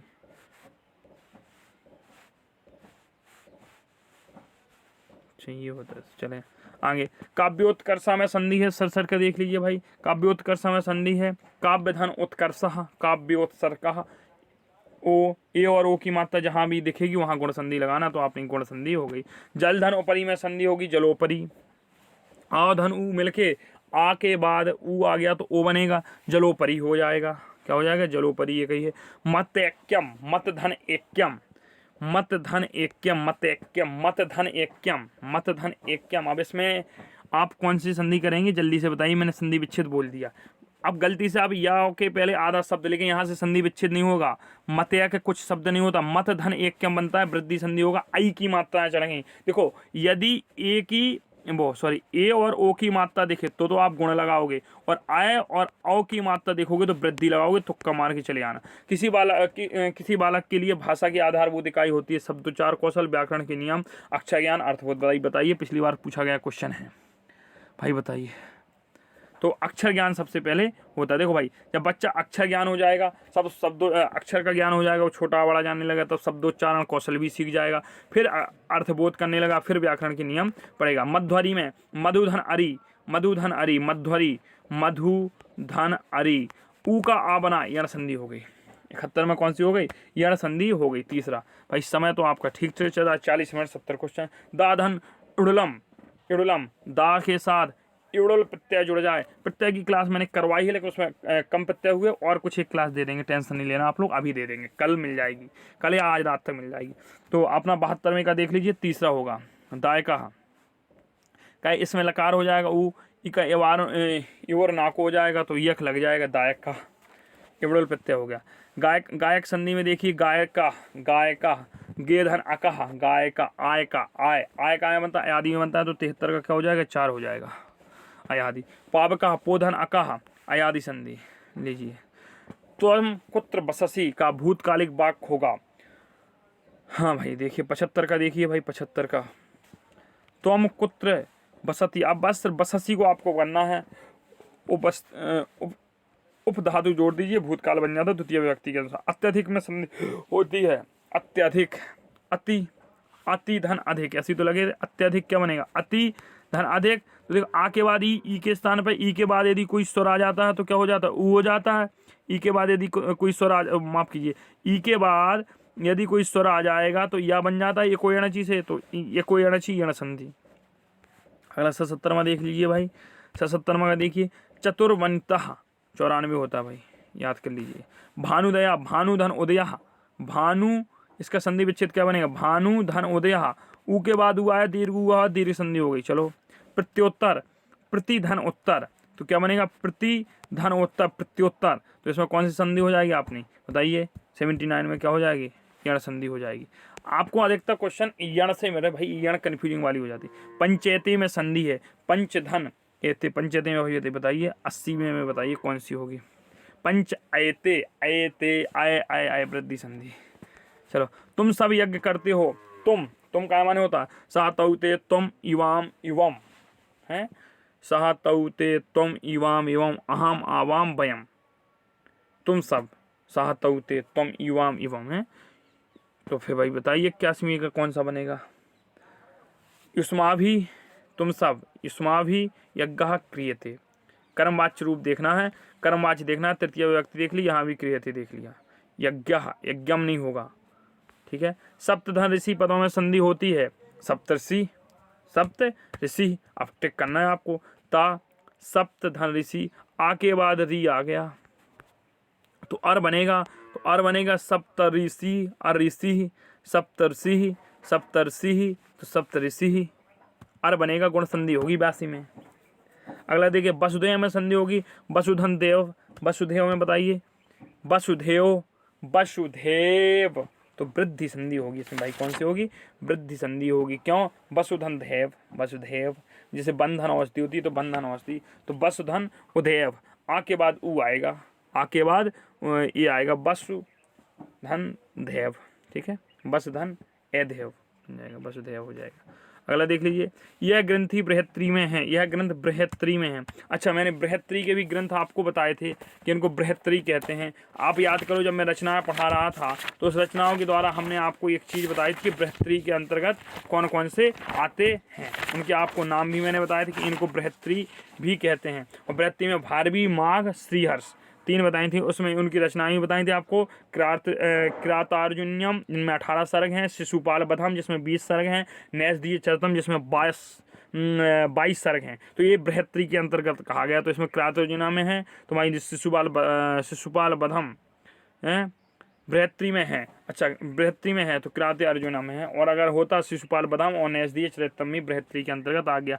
पित्राज्ञा, इसको तो मैंने भाई साहब जब अभी पढ़ा रहा था क्लास तो कहा था पित्राज्ञा और मात्राज्ञा रखना। पितृधन आज्ञा, पितृधन आज्ञा, पितृधन आज्ञा, री के बाद आया, री के बाद आया, तो बताइए भाई कौन सी संधि बनेगी आपकी। ऐसे शब्दों में 2 ही होती हैं, पितृधन आज्ञा, पित्राज्ञा, पितृधन, री के बाद आया और री के बाद आया तो रा बनेगा, तो पित्राज्ञा यण संधि हो जाएगी। तो पित्राज्ञा में कौन सी होती है, यण संधि होती है। और यदि यहीं पे हम आपको बोल देते, यहीं पे यदि हम बोल देते एक है आपको मातृ ऋणम, देखना भाई इसको भी समझिए, मातृ ऋणम, हम आपको बोल देते मातृणम, तो इसमें क्या करते आप, मात्र, क्या करते, मात्र धन ऋणम। आप इसका संधि विच्छेद क्या लिखते हैं, मातृणम का देख लीजिए, मातृणम, इसका संधि विच्छेद क्या लिखते, मात्र धन ऋणम। अब यहाँ री के बाद री आता तो दीर्घ री होता है, यहाँ डबल लगती, मातृणम होता तो दीर्घ संधि हो जाती, लेकिन यहाँ क्या, पित्राज्ञा क्या बनेगा, पितृ धन आज्ञा। तो भाई री के बाद आया, री के बाद आया तो यण संधि बन जाएगी इको यणची से। चले आगे देखते हैं, कृष्ण कम में कौन सी संधि है, कृष्ण के कम, हमें तो लगता है आई की मात्रा है, हम तो वृद्धि ठोक के चले आएंगे, ससुरा तुक्का मारेंगे, और हमारा तुक्का कभी गलत नहीं होता क्योंकि आई की मात्रा है, हमारे गुरुजी ने सिखाया था, हैं। हाँ, सुकनोपदेशा में कौन सी संधि है, सुकनासुपदेशा, सुकनापदेशा, बताइए भाई 87 में भी कौन सी संधि है। ए और वो देखेगा तो गुण हो जाएगी, सुखनाश उपदेशा, यहीं से देखेगा, सुखनाश धन उपदेशा, नाशोपदेशा, ओदा उ आया, यहाँ आया, आ के बाद उ आएगा तो ओ हो जाएगा, यही तो होती है गौण संधि। तो ये जब आप लोगों ने अच्छा प्रैक्टिस किया होगा तब फिर यार यहाँ आप कर लीजिए, सुखनोपदेशा में कौन सी होगी आपकी, तो 87 में का कौन सा होगा आपका, तीसरा होगा गुण संधि। आगे देखते हैं दोस्तों, जल्दी से, उदात अनुदात सुरत संज्ञा होती है केवल स्वरों की, ये पहले ही बता चुके हैं। सदगति में संधि होती है, सदगति ही, सदगति ही, भाई बताइए सदगति में संधि किस सूत्र से होती है, 89 का बता दीजिए आप, सदगति से आप बता दीजिए कौन सी संधि होती है। मैंने अभी अभी पढ़ाया था, सदगति से आपको बताया था कि अगर चित आनंद होगा, जगत धन ईसा जगदीसा, तो सदगति हो गई। तो सदगति में क्या हो जाएगा बताइए भाई, दा का दकार कहाँ से हुआ, ता से हुआ, क्या होगा, सत धन गति बनेगा, इसका क्या बनेगा, सत धन गति, तकार का दकार बनेगा, झलाम जसवंते सूत्र से होगा, झलाम जसवंते सूत्र से होगा सदगति, ठीक है। तो इसमें क्या होगा, सदगति दकार से, चले आगे देखते हैं, सतचित्त हो जाएगा, जैसे सतचित्त सच्चित हो जाएगा। जब एक आधा अक्षर आएगा तब आप स्नाशु किया करो, जब यहाँ पे हलंत वाले शब्द आने लगें तो आपका स्नाष्टु बनता है, लेकिन स्नाष्टु इसमें बनेगा नहीं, ठीक है। क्यों नहीं बनेगा, सकार ऐसा कुछ होगा नहीं, तो इसमें कौन सा बनेगा, झलाम जसवंते सूत्र से हो रही, झलाम जसवंती सूत्र से होती है। अगला देखते हैं प्रत्योपकारा प्रतिधन उपकारा। प्रतिधन उपकारा ये दोबारा आ गई। 90 का देख लीजिए भाई कौन सा होगा, 90 का आप देख लीजिए तीसरा होगा यण संधि। व्याकरण शास्त्र में उपधा संज्ञक वर्ण है। उपधा किसे कहते हैं मैंने पढ़ाया था, उपधा संज्ञक याद करो। अभी की क्लास के उपधा क्या होते हैं मैंने बताया है आपको, आप बताएंगे हाँ सर उपधा तो बताया है, उपधा क्या होते हैं जल्दी से बताइए। 91 का अंतिम से पहला वर्ण उपधा संज्ञा पढ़ाई थी, याद करो। उपधा संज्ञा याद आया कुछ, कौन आएगा तुम लोगों को याद, हमें पता है तुम लोग सब भूल जाओगे पेपर के टाइम पर। उपधा संज्ञा मैंने बताई थी, अनुसार विसर्ग भी बताए थे, आन पूर्वी भी बताया था, वर्णात्कारा भी बताया था आपको, हैं उपधा संज्ञा भी बताई थी, उपदमानी एक होता है। चलें आगे देखते हैं। हाँ चलें, देवालय में कौन सी संधि, देवधन आलय, देवधन आलय दीर्घ संधि होगी। या भाई ये तो बच्चों का खेल, अभी ये भी गलत नहीं कर लेना तुम लोग। गंग ओघा, गंगधन ओघा, गंगा ओघा, तो हमें तो अंदाज है कि इसमें भाई वृद्धि संधि होनी चाहिए। अब तुम लोगों को जो अंदाज हो टिक करते रहे, मैं तो वृद्धि संधि का यह वाक्य अशुद्ध है। कौन सा वाक्य, सा फलानी, देखो भाई ये तो तुक्का लगेगा सबका है, तो इसमें सहा फलम चिन्तु, इसको अब पढ़ाया नहीं जा सकता। भवनम, भोधन अनम, भोधन अनम, भवनम में संधि है दीर्घ अयादि, तो अयादि बनेगी भोधन अनम में। 95 का चौथा हो जाएगा आपका, क्या हो जाएगा, हरिम बंदे, हरिम बंदे, देखो हरिम बंदे मकार का नकार हो रहा है, मोह अनुस्वारा मैंने बताया था, तो 96 का कौन सा कर दोगे, पहला कर दोगे मोह अनुस्वारा। मोह अनुस्वारा सूत्र से होगा हरिम बंदे, अनुस्वार संधि होती है। मैं हरिम बंदे से कुछ और उदाहरण बता दे रहा हूँ, आप सुन लीजिए। मोह अनुस्वारा मैंने पढ़ा रखी है, देखो मैंने क्या कहा था, हरिम धन बंदे, जब मकार की बिंदी हो जाए तो इसका पता संधि विच्छेद क्या होगा, इसका संधि विच्छेद होगा हरिम धन बंदे। पदांत माँ के बाद यदि कोई भी व्यंजन आए, ये भी बताया था, मोह अनुस्वारा, पदांत माँ के बाद यदि हल आता है तो अनुस्वार बन जाता है। इस तो स्नाशु, यदि साता वर्ग के बाद साचा वर्ग, यदि सावता वर्ग के बाद साचा वर्ग आता है तो वह सावचा वर्ग में ही बदल जाता है। एक कोई अड़ची, एक के बाद यदि यण प्रत्याहार के आएंगे तो यावाराला में बदल जाते हैं। एक में क्या होता है, ई उ री ली होता है, तो ई का ऊ बन जाता है, री का रा बन जाता है। और आदि गुणा में तो पता ही है। सच्चित, सत धन चिता, इसमें क्या होता है, सच्चित में बताइए कौन सी संधि होती है। 97 से आप बता दीजिए जल्दी कौन सा होगा। इस तो स्नाचु सूत्र से सच्चित धन चिता होगा, इस तो स्नाचु सूत्र से कौन सा होगा, इस तो स्नाचु से होता है। सत्कारा, सत्कारा में कौन सी संधि होगी भाई बताइए। सतधनकारा, सतधनकारा में बताइए, तकार का ककार, सदधनकारा, दाका का हो गया, बताओ जल्दी। 98 में कौन सी बनेगी, जल्दी से बताइए। सप्तधनकारा में कौन सी बनेगी, दकार, जल्दी बताओ भाई कौन सी होगी। तो इसमें होगी चरत्व संधि, क्योंकि झल के बाद खर वर्ण आ रहा है, मतलब खा, मतलब अपन कह सकते हैं प्रथम 4 वर्णों के बाद यदि अपने द्वितीय वर्ण आए, ठीक है, जल प्रत्याहार के बाद कोई भी 1-2 वर्ण आए, मतलब पहले दूसरे वर्ण आए, तो इसमें क्या होगा, सदधनकारा का आ गया ता के बाद, और ता जो अपना है वो अपना झल प्रत्याहार में आता है, तो उसके बाद इसके स्थान पर क्या हो गया, आधा शब्द बन जाएगा, इसमें चरत्व संधि हो जाएगी खरीचा सूत्र से। टेंशन नहीं लेना, इतने ये पूछे भी कम जाते हैं, वहीं स्वर संधि पूछी जाती है, जूनियर में पूछे जाते हैं, जूनियर की टेंशन नहीं, प्राइमरी की भर्ती आनी है अभी। प्रत्येकम, प्रतिधन एकम, ये लगता है मुझे छपेगा, कई बार रख चुका है यह संधि, कई बार आ चुका है। संस्कृत स्वर वर्णों में बोध इनमें से किससे होता है भाई, देखो संस्कृत स्वर वर्णों का बोध इनमें से किससे होता है, तो संस्कृत स्वर वर्णों का बोध अच से होता है, अक से होता है, लेकिन पूरे और बोध स्वर वर्णों का बोध तो अच से होगा। स्वामी का कौन सा आंसर होगा, 3। मूल अगर यही कह देता मूल स्वर वर्णों का तो अक आंसर हो जाता, ठीक है। आगे देखते हैं, जगदीशा, जगत धन ईसा, तकार का दकार बन रहा है तो झलाम जसवंते ही बनेगा।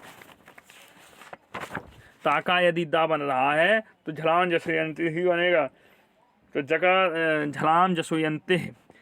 एक न्यो, एक धन, एक न्यो, एक धन एवनम, इसमें कौन सी संधि होगी भाई बताइए। 102 में इसमें होगी वृद्धि संधि, एक न्यो।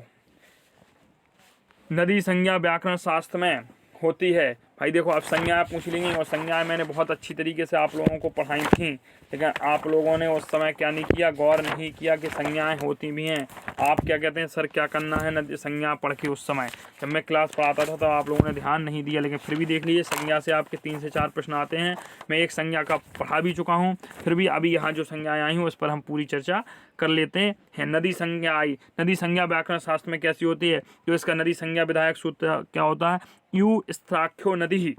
इसमें क्या होता है, ईकारांत उकारांत होता है। स्त्राख्यो मतलब होता है नित्य, स्त्रीलिंग शब्द होता है तो नित्य, और इसमें होता क्या है, ईकारांत उकारांत। तो देख लीजिए भाई, ईकारांत उकारांत स्त्रीलिंग शब्दों में नदी संज्ञा होती है। ईकारांत उकारांत नित्य नित्य होते हैं, मतलब हर शब्द में। इस प्रकार ईकारांत उकारांत नित्य स्त्रीलिंग शब्दों की नदी संज्ञा होती है। नदी है, गौरी है, बधू है, धातु है। अगला देख लीजिए, और इसमें एक और वो बनता है शेषो सौख्य, जिससे नदी संज्ञा नहीं होती, उनमें क्या होती है, तुम्हारी घी संज्ञा होती है। पद संज्ञा का सूत्र क्या होता है, सुपतंगम पदम। उपदा संज्ञा क्या होता है, अलो अंत्यान पूर्व उपदा। उपदा संज्ञा वर्ण बताए थे हमने, उपदा संज्ञा पढ़ाई है, मुझे याद था। उपदा संज्ञा पढ़ाई, अंतिम वर्ण से पहले के वर्ण की उपदा संज्ञा होती है। द्विवचनांत इकारांत उकारांत शब्दों की क्या होती है, याद करो। जब मैंने द्विवचनांत इकारांत उकारांत शब्दों में, याद करो जल्दी से, आपको एक संधि पढ़ाई थी, ठीक है। ईकारांत उकारांत द्विवचनम प्रज्ञ संज्ञा होते हैं। ई दे द्विवचनम, उससे एक संधि बनती है। कौन सी संधि बनती है, उस संधि का नाम आप ही मुझे बताएंगे। कौन सी संधि बनती है, जिसमें क्या होता है, सिर्फ संधि के शब्द होते हैं, और उस संधि को संस्कृत में क्या कहते हैं, इसका भी आंसर देंगे। प्रकृति भाव कहते हैं। प्लुत प्रज्ञा अचि नित्यम से बनती है। प्लुत प्रज्ञा प्रज्ञा शब्द होते हैं, और प्रज्ञा शब्द का हमने तभी बताया था। ई दे द्विवचनम द्विवचनांत इकारांत उकारांत शब्द जो होते हैं, कौन से होते हैं, प्रज्ञा संज्ञा के होते हैं। अब कईयों को तो लग रहा है, जिनने पढ़ाई में, मुझे पता है 10-15 बच्चे जो जुड़े रहते हैं लगातार, वो पढ़ते हैं क्लास में, भाई ये सारे शब्द आएंगे। पितु किस शब्द का वचन रूप है, भाई बताओ। पितु, पिता पितरम पित्रा पित्रे पितु पितु पितरी पिता। जल्दी से बोलो भाई। मैं तो देखो, मेरा काम है पिता पितरम पित्रा पित्रे पितु पितु पितरी पिता। पितु पितु तुहु, बताओ भाई। पितु पितु 2 बार कहा था हमने। ये कहा था कि जो दो आते हो तो पूछे ही नहीं जाते। इसने पूछ लिया ससुरा, अरे पूछ लिया तो हम बता देंगे। हमें बताया द्वितीय द्विवचन, द्वितीय द्विवचन पितरौ बनता है, नहीं होगा। तृतीय द्विवचन हमें पता है कि तृतीय द्विवचन भी क्या बनता है, पितृभ्याम, क्योंकि हमें पता है तृतीय चतुर्थी पंचमी भ्याम बनता है, तो नहीं बनेगा। 2 ऑप्शन है। पंचमी एक वचन, पंचमी तो हम बहुत अच्छे से याद करते, पितुहु, ठीक है, तो इसका क्या बनेगा, पंचमी। और सप्तमी एक वचन तो सबको याद रहता है, सप्तमी में एक वचन पितरी होता है। चलिए अगला देखें। अगला क्या है, राजन शब्द का रागी किस रूप में है। अब भाई बताओ, राजन शब्द का रागी किस रूप में है। 105 में का आपको आंसर बताना है, तो इसका होगा सप्तमी।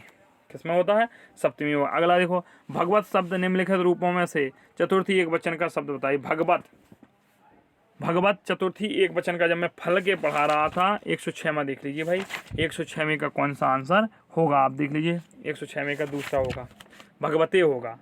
क्या होगा, भगवते होगा। उसने क्या पूछा है, चतुर्थी एक वचन पूछा है, ठीक है। अकारांत है इसमें, लेकिन ये आपके कोर्स में नहीं है, इसलिए नहीं आना चाहिए। सात के अर्थ में कौन सा शब्द नहीं है। सह माने सात होता है, समम माने सात होता है, साकम माने सात होता है। सह साकम समम शब्द 107 में का आंसर देख लीजिए। अब भाई कौन सा लगा कि समया वहीं नहीं होता।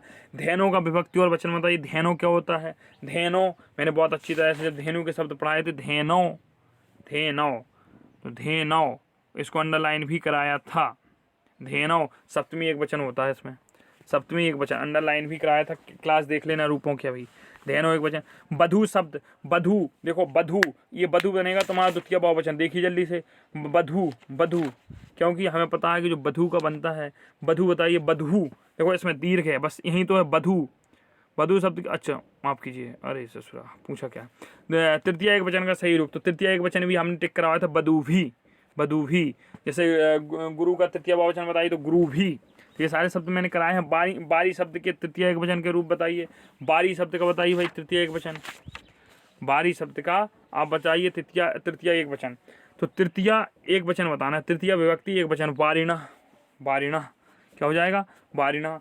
धनी शब्द में प्रत्यय है, धनी शब्द में प्रत्यय है, तो इसका इन प्रत्यय होगा। क्या होगा, इन प्रत्यय होगा।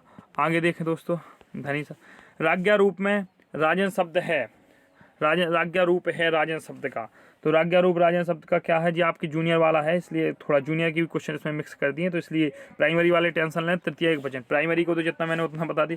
धैनवे रूप धेनु शब्द का है, धैनवे, धैनवे देख लीजिए, धैनवे, ये सब जूनियर में आते हैं। धैनवे, धैनवे या धैनवे चतुर्थी एक वचन है, क्या है। वारिणो, वारिणो, ये सब आपके कहाँ है, जूनियर वाले हैं, इसलिए टेंशन नहीं। अरे सर पढ़ाई नहीं भाई, प्राइमरी में मालिक नहीं है, आप सिलेबस उठा के देख लीजिए। वारणो, वारिणो, वारणो सप्ती षष्ठी द्विवचन होता है, षष्ठी और सप्तमी द्विवचन होता है, देखो इसमें लिखा भी है। अगला देखते हैं, संस्कृत साहित्य में उपमा प्रसिद्ध है 115, देखियो है उपमा प्रसिद्ध है किसकी, कालिदास की। अगला देखिए, नद्या नदी नदीम नद्या नद्दये नदी नदीम नदी नदीम नद्या नद्दये नदी नदीम नद्या नद्दये नदी नदीम नद्या, तृतीया एक वचन है भैया, तृतीया विभक्ति एक वचन, नदी नदीम नद्या नद्दये। यत सर्वनाम स्त्रीलिंग का या भी रूप बनता है, यत सर्वनाम। अब देखिए भाई, यत आपका जूनियर में धरा, आप कहेंगे आप पढ़ाई नहीं भाई, प्राइमरी की तैयारी करवा रहे मालिक, तृतीया में होगा, जूनियर की टेंशन न लो, वो निकल जाएगा। काभ्याम, और भ्याम आया तो हमें पता है, अभ्याम जब कभी भी आएगा तृतीया चतुर्थी पंचमी द्विवचन ठोंक दो, कथम कहानी 118 का ठोंक दो। दूसरा, विसर्गों का उच्चारण, अकु विसर्जनम कंठा, कंठ हो जाएगा। अगला देखिए, तुभ्यम, तुभ्यम देखो, जब भी भ्यम भ्यम शब्द आता है तो ये हमें पता है कि हमारे कहाँ बनते हैं, चतुर्थी पंचमी बहुवचन बनते हैं, चतुर्थी पंचमी बहुवचन बनते हैं। तो देखो इसमें चतुर्थी पंचमी 120 का 3 दिया है, ठीक है। हाँ, वो माफ़ कीजिए, तुभ्यम पूछा, तुभ्याम नहीं पूछा, माफ़ कीजिए माफ़ कीजिए माफ़ कीजिए भाई, तुभ्यम ये आपका बनेगा चतुर्थी एक वचन में, माफ़ कीजिए बहुत बड़ी गलती हो। तुम तया तुभ्यम तत्ते इवाम इवाम इवाभ्याम इवाभ्याम इवाभ्याम इबियो इबियो इवाम इस्मान इस्माभि इस्मभ्यम, अभ्यम बनता है इसमें तो भ्यम दिया, मतलब जैसे बनता बारिभ्या, ऐसे नहीं दिया तो भ्यम दिया, मैं थोड़ा कन्फ्यूज हो गया, सॉरी माफ़ कीजिए। नदी शब्द का नद्या, नद्या शब्द देखो भाई मैंने अंडरलाइन करा रखा था आपका, तो नद्या जल्दी से आप देख लीजिए नद्या कहाँ आता है, तो आप कहेंगे सर नद्या आपने पंचमी एक वचन में, हाँ अंडरलाइन कराया था, पंचमी एक वचन में तो हो गया। तोई शब्द पूछ लिया गया, तो अब तोई शब्द बताओ, तोई किस रूप में है बताओ, तोई सप्तमी एक वचन है आपका। अगला देखिए, राजन शब्द का राज्ञ, ये सोच बहुत पूछा जा रहा है, 123 का 3 देख लीजिए, चतुर्थी हो जाएगा। अगला देख लीजिए, कादम्बरी के रचनाकार हैं, कादम्बरी के रचनाकार हैं बाणभट्ट, रचनाएं आई हैं। सरित शब्द सरते किस रूप विभक्ति किस वचन में होगा, निम्नलिखित विकल्पों से चुनिएगा, तो इसका होता है चतुर्थी एक वचन। आसीन में ये प्रकृति प्रत्यय है, आस धन सानच, सानच का प्रत्यय बनता है। किम शब्द का कस्य रूप किस व्यक्ति एवं वचन का है, तो इसका दूसरा हो जाएगा, चतुर्थी एक वचन का है। गुरौ शब्द में गुरु शब्द है, गुरु गुरुम गुरुणा गुरने गुरु गुरु गुरुम गुरुणा गुर गुरु गुरुम गुरु गुरुम गुरुणा गुरवे गुरु गुरु गुरौ गुरौ हे गुरु गुरु गुरु गुरुभ्याम गुरौ गुरौ एक बार ही आता है, मैंने बताया था सप्तमी एक वचन में। पित्त शब्द के षष्ठी द्विवचन के रूप बनता है, सही लिखिए, षष्ठी द्विवचन बताना है भैया, देखो षष्ठी विभक्ति द्विवचन, तो हमें पता है इसका क्या बनेगा, एक सा बनेगा, तो देखो भाई पित्रो बनता है शायद, पित्रो मैंने बताया था, पित्रो पहला दूसरा बनता है, पितभ्याम पित्ताम तीसरा चौथा पांचवा बनता है, और पित्रो छठवां बनता है, तो पित्रो यहाँ से पित्रो भी पूछ लिया जा सकता है तुमसे, है। अगला देखो, पित्रो कोई सा बनता ही नहीं है, कहाँ से पूछेगा, पितृभ्याम बनता है। नदी शब्द के निम्नलिखित रूपों में से तृतीया विभक्ति द्विवचन का सही रूप बताइए। तृतीया विभक्ति नदी का बताना है आपको, तृतीया विभक्ति द्विवचन, तृतीया विभक्ति द्विवचन है भैया, भ्याम लगेगा, नदी भ्याम। अगला देखिए, सर्व शब्द का सर्वेशाम रूप बनता है, सर्वम सर्वे सर्वाणी है, अरे हम तो भैया कुछ भी बना रहे हैं, सर्वा सर्वम सर्वेण सर्वस्मय सर्वस्मात् सर्वस्मय। देखो सर्वेशाम क्यों पूछा, सर्वेशाम हम तुमसे पूछते हैं, 12 राम के पढ़ो, रामा रामे रामाय रामथ रामस रामे रामा रामा रामू रामे रामेण रामाभ्यम रामा रामा रामेण रामाय रामथ रामस रामे रामा रामो रामू रामाभ्याम रामाभ्याम रामाभ्याम रामे हो हे रामो, और रामा रामान रामे रामेभ्या रामेभ्या रामाणाम रामेशु, तो सर्वेशाम। अब सर्वेशु नहीं बना तो सर्वेशाम, तो हमारा कौन सा हो जाएगा भाई बताओ, इसमें हो जाएगा षष्ठी। दो उसमें क्या बनता है, राम में बनता है रामा नाम नाम, तो सर्वेशाम, तो उसका बनता है षष्ठी बहुवचन, तो इसका भी षष्ठी बहुवचन हो। उसमें बनता है रामेशु, इसमें बनता है सर्वेशु सर में, तो षष्ठी हो जाएगा।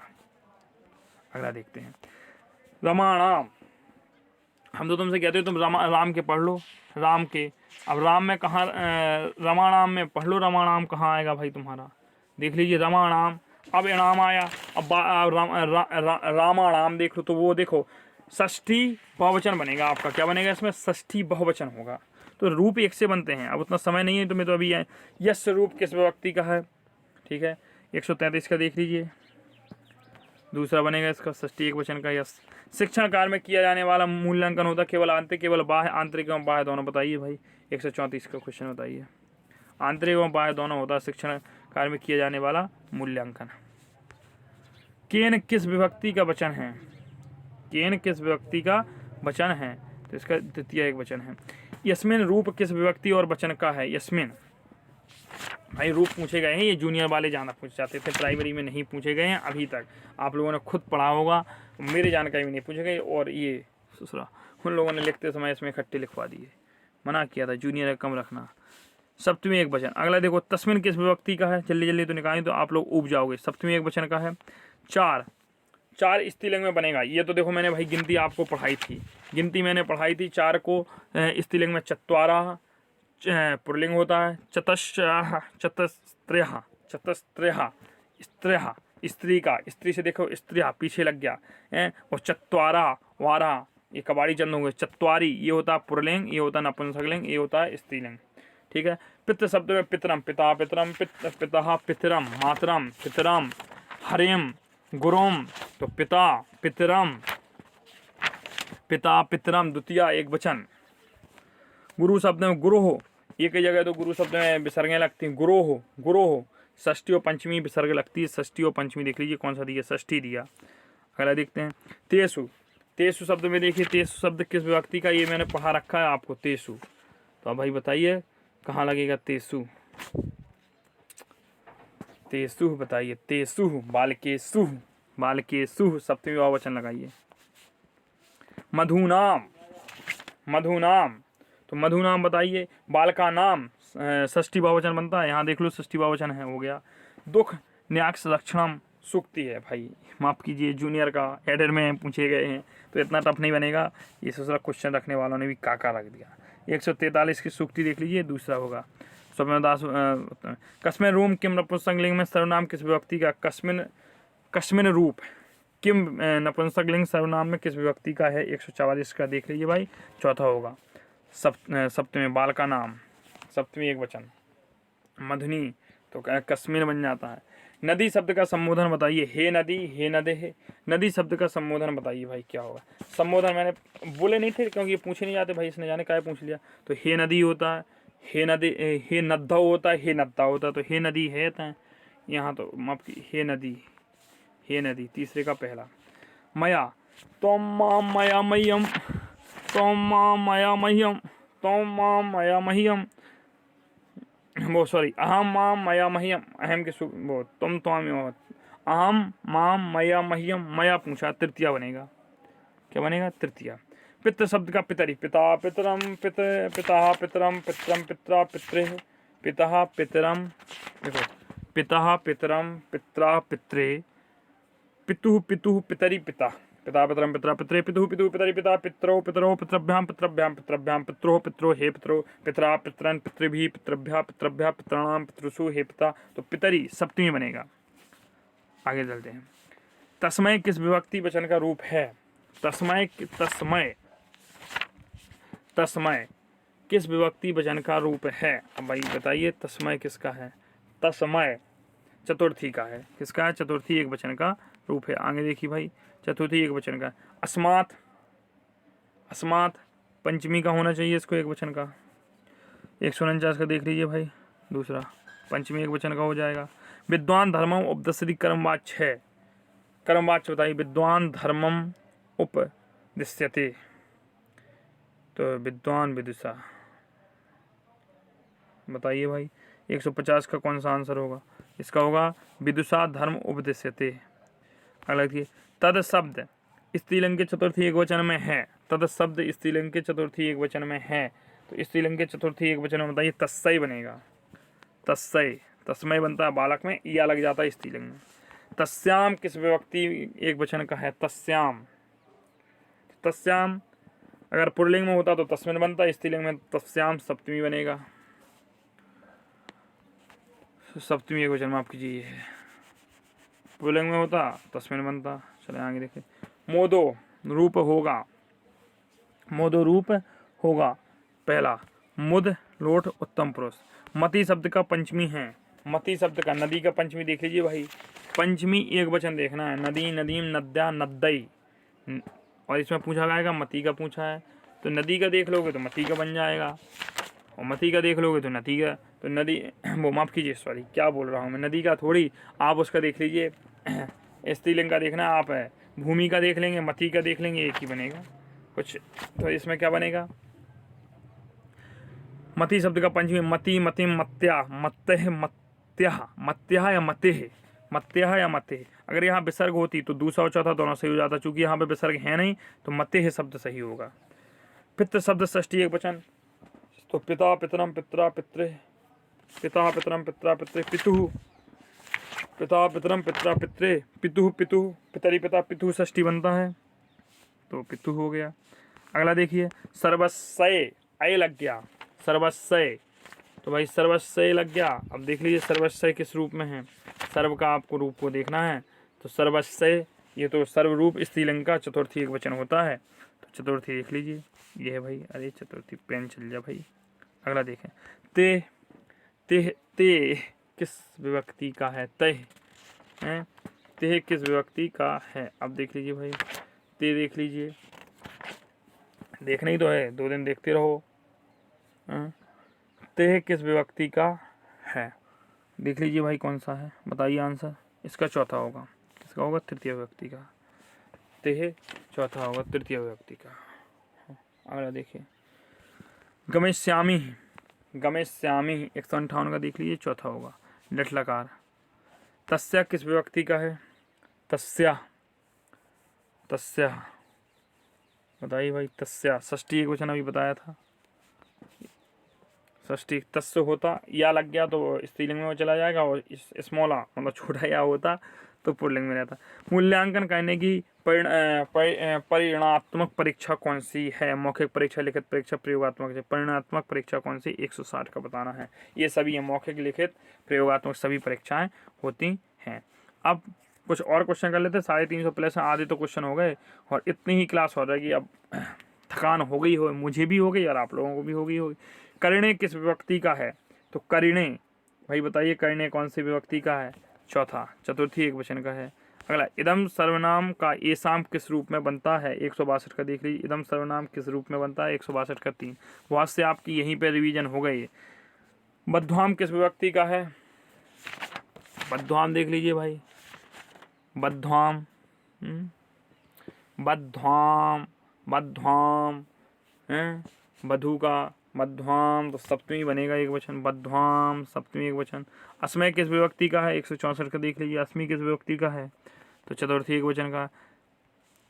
त्रेहाशीति, त्रेहाशीति 90 और 3 कितना होगा भाई, 93 होगा, सीति अशीति माने 80 होता, 83 बनेगा 165 का देख लीजिए भाई, 83 बनेगा। शिशवे किस विभक्ति और एक वचन का है, 166 का भी देख लीजिए, इसका चतुर्थी एक वचन का है। अस्मत् किस विभक्ति और वचन रूप का है, पंचमी एक वचन का है। येषाम यत शब्द किस विभक्ति और एक वचन का है, 168 का देख लीजिए, षष्ठी बहुवचन का है। द्वि कर्मक धातु नहीं है, द्वय याच मुस है नी क्रे नहीं है, द्वि कर्मक धातु में क्रे नहीं आएगी, 169 देख लीजिए, क्रे नहीं होगी। रामाणाम बालका नाम, तो भाई बताइए रामाणाम 170 क्या होगा, षष्ठी बहुवचन लगाएंगे हम तो।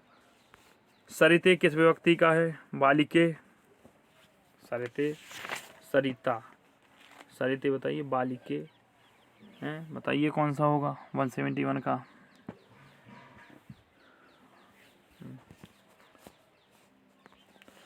अगला देखिए अशुद्ध उच्चारण सुधारा जा सकता है पुनरावृत्ति द्वारा, समानता वाले शब्दों का उच्चारण करके, शब्दों को खंडों में बांटकर। तो क्या करते हो अपन, सभी करोगे। हरो किस विभक्ति का, हरिम हरि हरिणा हरे हरे हरे हरो, तो सप्तमी का बनेगा भाई, सप्तमी एक वचन का हरा होता है। सरिद्भ्या किस विभक्ति और वचन का रूप है, सरिद्भ्या 174 देख लीजिए भाई, दूसरा, तृतीय बहुवचन का। पयोधी, पयोधी का पर्यायवाची है, देख लीजिए 175 का, समुद्र का। धा लगेगा पयोधी, और दा लग जाता तो बादल का हो जाता, और जा लग जाता तो समुद्र। गवे किस रूप में, किस रूप और विभक्ति में प्रयुक्त किया गया है 176 का चतुर्थी एक वचन में। पितृ शब्द का पित्रा, देखो पित्रा मैंने टिक करवाया था, पित्रा तृतीया, तृतीया एक वचन, टेंशन लो उस दिन करके। गुरुवे नाम रेखा नमः किस विभक्ति का विकल्प है, नमः नमः नमः स्वस्ति स्वाहा सुदम अलम अष्टम योगे चतुर्थी विभक्ति का है। और वैसे भी रूप देखोगे गुरु के तो चतुर्थी ही बनता है गुरुवे, ऐसा कुछ नहीं है, आप खूब यहाँ से जोड़ सकते हो क्योंकि नमा के साथ चतुर्थी विभक्ति आएगी। 33 शब्द का शुद्ध उच्चारण है 179, 179। तो इसका क्या हो गया, त्रिया स्त्रींसतः। नेत्राभ्याम अश्रुणी पतंती में रेखांकित अंश में कौन सी, नेत्राभ्याम अश्रुणी पतंती, नेत्राभ्याम पहले तो ये अभ्याम लग गया तो पंचमी में हो जाएगा, पतंती तो पंचमी द्विवचन बनेगा क्योंकि तो चतुर्थी पंचमी षष्ठी सब में लगता है, लेकिन पतंती गिरते हैं तो 180 का कौन सा हो गया भाई, तीसरा हो जाएगा। अलग होने के बाद बालिकाएं किस विभक्ति का है, बालिका के हमने रूप आपको पढ़ाए थे, बालिकाएं आपको बालिकाएं के भी पढ़ाए गए थे स्त्रीलिंग में। तो बालिकाएं बताइए, बालिकाएं, वो सॉरी बालका, बालक माफ कीजिए, क्या मैं पढ़ रहा हूँ, मेरी तो थकान ज़्यादा हो गई। बालिकाएं बताइए, चतुर्थी एक वचन का होगा। अगला देखें, मधुने किस विभक्ति और किस वचन का 182 में देख लीजिए, तीसरा हो जाएगा इसका, चतुर्थी एक वचन। अगला देखिए, यज्ञ करते हुए यति के साथ तुम भी यज्ञ करो का संस्कृत अनुवाद होगा, यज्ञ कुर्म ने यत्ना सह तुम अभी यज्ञ कुरुम, 183 देख लीजिए, तीसरा होगा। यज्ञा कुर्वता यत्ना सह तुम अभी यज्ञम कुरु। पितृणाम, पितृणाम, पितृणाम, इणाम, पितृ का ऋण है, पितृणाम, पितृणाम, इणाम कहाँ से बनेगा, देखिए भाई, पितृणाम षष्ठी बनेगा, टिक करवाया था। अगला देखो, लतिया किस विभक्ति एवं वचन का है, 185 बताइए, लतिया तो द्वितीय तृतीय एक वचन का है। शुद्ध वाक्य है, रामः रामः रामेण रामाय रामात रामस्य रामे राम, रामम गो दुग्धम दोधी, 186 में बताइए भाई, रामः गाम दुग्धम दोधी, गाम गाम गोम, बालिका भी, का भी, देखो बालिका भी, अब यहीं तो लॉजिक नहीं लगानी है आपको, बालिका भी, का भी हमने बताया था, गुरु भी, हरि भी, पितृ भी, तो भी तृतीय बहुवचन में बताया था, तो भाई तृतीय बहुवचन लगा लीजिए। राज्ञाम किस व्यक्ति एवं वचन का है, तो इसका देख लीजिए, षष्ठी बहुवचन का है। अहम वेदम पठितवान, तो अहम माम मया, मया होता है वेदम, पठिताम पठितम वेदम, पठितम पठिता पठितवान। कर्मवाच्य रूप बताना है इसका भाई, बताओ 189 का कर्मवाच्य रूप बताओ, दूसरा बनेगा मयम वेदम पठितः। पितरी किस विभक्ति का और पिता पितरम पितरी, पितरी सप्तमी एक वचन है, वो पितरी बताइए भाई, पितरी सप्तमी एक वचन है, सही तो है। और षष्ठी बहुवचन में अगर पूछता तो पितृणाम बन जाता। भगवान किस विभक्ति में उसका रूप है, तो आपको देखना है 192 का देख लीजिए, दूसरे का प्रथमा एक वचन। मनसी किस विभक्ति एवं वचन का रूप है, 193 में देख लीजिए, तीसरा लगेगा इसका, सप्तमी एक वचन। भविष्यत काल में यह लकार प्रयोग होती है, लट लकार, लट लकार, लुंग लकार, तो आपको 5 लकारें होती हैं आपकी संस्कृत में, वैसे होती हैं तो काफ़ी, लेकिन आपकी टीईटी में 5 ही होती हैं, तो 5 ही टिक करना। 194 3 होगा लट लकार। ददाती में किस धातु का, तो दा धातु का है, ददती, तो 195 का भाई बताइए। ये 1-2 नंबर के पूछ जाते हैं, इसलिए इसने ज़्यादा क्वेश्चन डाल दिया है ताकि आपको यहीं से 1-2 फंस जाए। दा धातु लट लकार, दा धातु लट लकार प्रथम पुरुष एक वचन का है। तिष्ठामी स्था धातु से बनता है, तिष्ठामी रूप बनता है 196 का देख लीजिए, स्था धातु लट लकार उत्तम पुरुष एक वचन में बनता है। नयामः धातु किस रूप वचन में है, 197 देख लीजिए, तो ये तीसरा है उत्तम पुरुष बहुवचन। आपिबत, आपिबत तो आ शब्द लगा है, लंग लकार भूतकाल पहले ही टिक कर दो। सीखने के लिए सबसे महत्वपूर्ण घटक कौन है, शिक्षक, स्कूल, सीखने वाला, तो भाई शिक्षक होना चाहिए और सीखने वाला होना चाहिए, पहला दूसरा, स्कूल हो या ना हो। आप लोग कौन सा स्कूल में बैठ के पढ़ रहे हैं, आप लोग कौन सा स्कूल में बैठ के अभी पढ़ रहे हैं, तो चौथा विकल्प इसका सही होगा, 1 और 2। स्थास्यामः मैं बताइए कौन सा होगा, तो लट लगा वर्तमान का लगा। पिबेयु, पिबेयु यू बताइए 201 का कौन सा होगा, चाहिए कर तुम्हें विधि लिंग लगा। गच्छत्सु में पित्त है, भाई बताइए सत्सानत्वा तुमन कौन सा पित्त है 202 में, तो आप कहेंगे सत प्रत्यय सत सानस लगे। भवेयु, तो भवेयु बताइए 203 में बताइए, दूसरा होगा विधिलिंग लकार चाहिए के अर्थ में बनेगा ऐसा। ज्ञायस्था किस लकार का है, तो ये भी बताइए 204 का, 3 होगा लेट लकार। निम्न में से कौन सा युग्म अष्टाध्यायी पाणिनि का है, उत्तरम से भभूति, सत्यार्थ प्रकाश, स्वामी दयानंद सरस्वती, शिवपाल बदम। कौन सा युग्म अशुद्ध है, 205 पांचवा का। हाओ चौथा पिबतु किस लकार का रूप है भाई बताइए, पिबतु, तू आ गया भाई बताइए 206। लोट लकार। ददाम किस रूप और वचन का है, ददाम 207वां देख लीजिए, उत्तम पुरुष एक वचन। भवतु किस रूप और लकार का है, 208वां देख लीजिए, लोट लकार। अगला देख लीजिए भाई, स्थिता या प्रकृति प्रत्यय होगा, 209वां देखिए, एक स्थाधन कित्या कतिस्यसी भाई बताइए कौन सा होगा, 210वां, मध्यम पुरुष एक वचन। राजन शब्द का सप्तमी एक वचन रूप होगा, 211वां देख लीजिए, रागी और राजानी दोनों।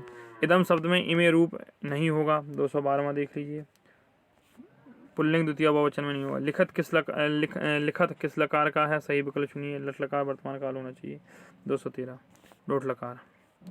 अगला देखिए, हाँ अगला देखिए, आभवम, आभवम में कौन है, लंग लकार। निम्न में से कौन सा शब्द स्त्रीलिंग नहीं है, कीर्ति, धेनु, बारी, वॉच। स्त्रीलिंग नहीं है, 215 में बताना है, तो बारी स्त्रीलिंग नहीं है। दद्दात में किस लकार का प्रयोग किया गया है, विधिलिंग लकार का। पठानी किस पुरुष किस वचन का रूप है, पठानी रूप किस लकार और परवचन में है बताइए, 217 का, तो इसका लोट लकार उत्तम पुरुष एक वचन में। अस्तु लोट लकार में। गिरजा पद प्रयुक्त हुआ है लक्ष्मी के लिए, पार्वती के लिए, तो गिरजा जो पद होता है वो लक्ष्मी पार्वती जी के लिए होता है। पठत रूप है, पठती पठता पठती पठत। 220 का बताना भाई, 2 लोट लकार। अगला देखिए, आभवन किस पुरुष और वचन का रूप है, आभवन बताइए भाई, प्रथम पुरुष बहुवचन का है। निम्न में कौन सा योग, अभिज्ञान शाकुंतलम अशुद्ध है, 222 का देख लीजिए, अभिज्ञान शाकुंतलम सिंगार रस का बनना, बेड़ी सिंहार में 20 रस का बनना, बुद्ध से शांत रस का, तो उत्तराम चरतम हास्य रस है, 223 में देख लीजिए भाई, तो इसमें 10 धातु लंग लकार का है। महर्षि दयानंद सरस्वती की रचना बताइए, सत्यार्थ प्रकाश अभी ही बताई थी। अगला देखिए, पश्चानी किस रूप और लकार में वचन का प्रयोग है, 225 में बताइए। दूसरा देख लीजिए, लोट लकार। तिष्ठे किस रूप और लकार का है, विधिलिंग लकार। भूप्रभा जिस व्यक्ति का विधान करते हैं वह होता है। अब देखो ये सब जूनियर क्वेश्चन है, पंचमी और चांद टफ लेवल के हो गए, भविष्य थी इसलिए आप मैं जल्दी जल्दी निकाल रहा हूँ, इतने क्वेश्चन पूछे जाएंगे। लेट लकार वो आप रखें यहाँ PDF में। गच्छतु किस लकार का है, तो आप पहला लोट लकार लगा लीजिए। पठेयु किस लकार का रूप होता है, तो आपका इसका विधिलिंग लकार हो जाएगा। सैंधव का पर्यायवाची बताइए, सैंधवम, 231 का बताइए, तो आप गधे का करेंगे। गच्छानी किस रूप का है, तो आपको लोट लकार का होना चाहिए। पृच्छामः तो आपका उत्तम पुरुष बहुवचन। गच्छन्तु किस लकार का है, तो ये लोट लकार का है। मेघदूतम में प्रयुक्त छंद हैं, अब ये आपके जूनियर में पूछे जाएंगे भाई साहब। मंद्राकांता, इसलिए घबराए नहीं कि ये मुझसे सही नहीं हो रहे इनको, तो आप ये सोच लो, पढ़ लो, अगर फंस गए तो ठीक है, प्राइमरी या जूनियर कहीं पर भी, वरना उद्देश्य तुम्हारा जूनियर। 234 में देखिए, विधिलिंग लकार। 237 में देखते हैं, लोट लकार। आगच्छताम, आ शब्द जुड़ गया। 238 का देखिए, प्रथम पुरुष द्विवचन। स्तः किस रूप लकार का है, तो देख लीजिए लट लकार का है। लभे, लभे रूप में पुरुष और वचन बताइए, 240 देखिए, तो दूसरा हो जाएगा उत्तम पुरुष। गच्छेत किस लकार का है, 241 में देखना है आपको, तो विधिलिंग लकार का है। आगे देखते हैं, तेन पाठ पठ्यते वाक्य में वाच्य बताइए। तेन पाठ तो तृतीय विभक्ति है, पठ्यते तो 242 में बताइए कौन सा कर्मवाच्य हो जाएगा। लप्यसे में किस लकार और पुरुष का प्रयोग किया गया है, तो लेट लकार का किया गया है। आसित किस रूप लकार का है, तो ये तुम्हारा क्या है, लंग लकार का है। कालिदास की रचना निम्न में से, कालिदास की रचना निम्न में से नहीं है। मेघदूत विक्रम कौन सी कालिदास की रचना नहीं है, तो महावीर चरितम कालिदास की रचना नहीं है। हाँ चले आगे चलते हैं दोस्तों। हाँ, नस्यु किस रूप लकार का है? 246वां देख लीजिए भाई, तो विधिलिंग लकार का है। आपनोमी आप धातु के लट लकार की किस वचन का रूप है? तो एक वचन का रूप है। पश्चिम किस लकार का रूप है? 248 का देख लीजिए, लिंग लकार का है। नाट्य शास्त्र के प्रवेता थे, नाट्य शास्त्र के प्रवेता 249 का बताइए भाई, भरत मुनि थे। गृहणानी किस लकार का रूप का है? तो 250 का 3 लोट लकार का। पचधन कितवतु रूप होगा? 251 का देख लीजिए, पचधन कितवतु रूप होगा? तो पक्वान का होगा। 252 में देख लीजिए, पश्यून क्या होगा? लिंग लकार का होगा। वेदों की संख्या कितनी होती? 4 होती है। याचत किस लकार का है? 254 का देख लीजिए, तो लोट लकार मध्यम पुरुष द्विवचन का है। अगला देखिए, कथे किस लकार का रूप है? चलो यह गलत है।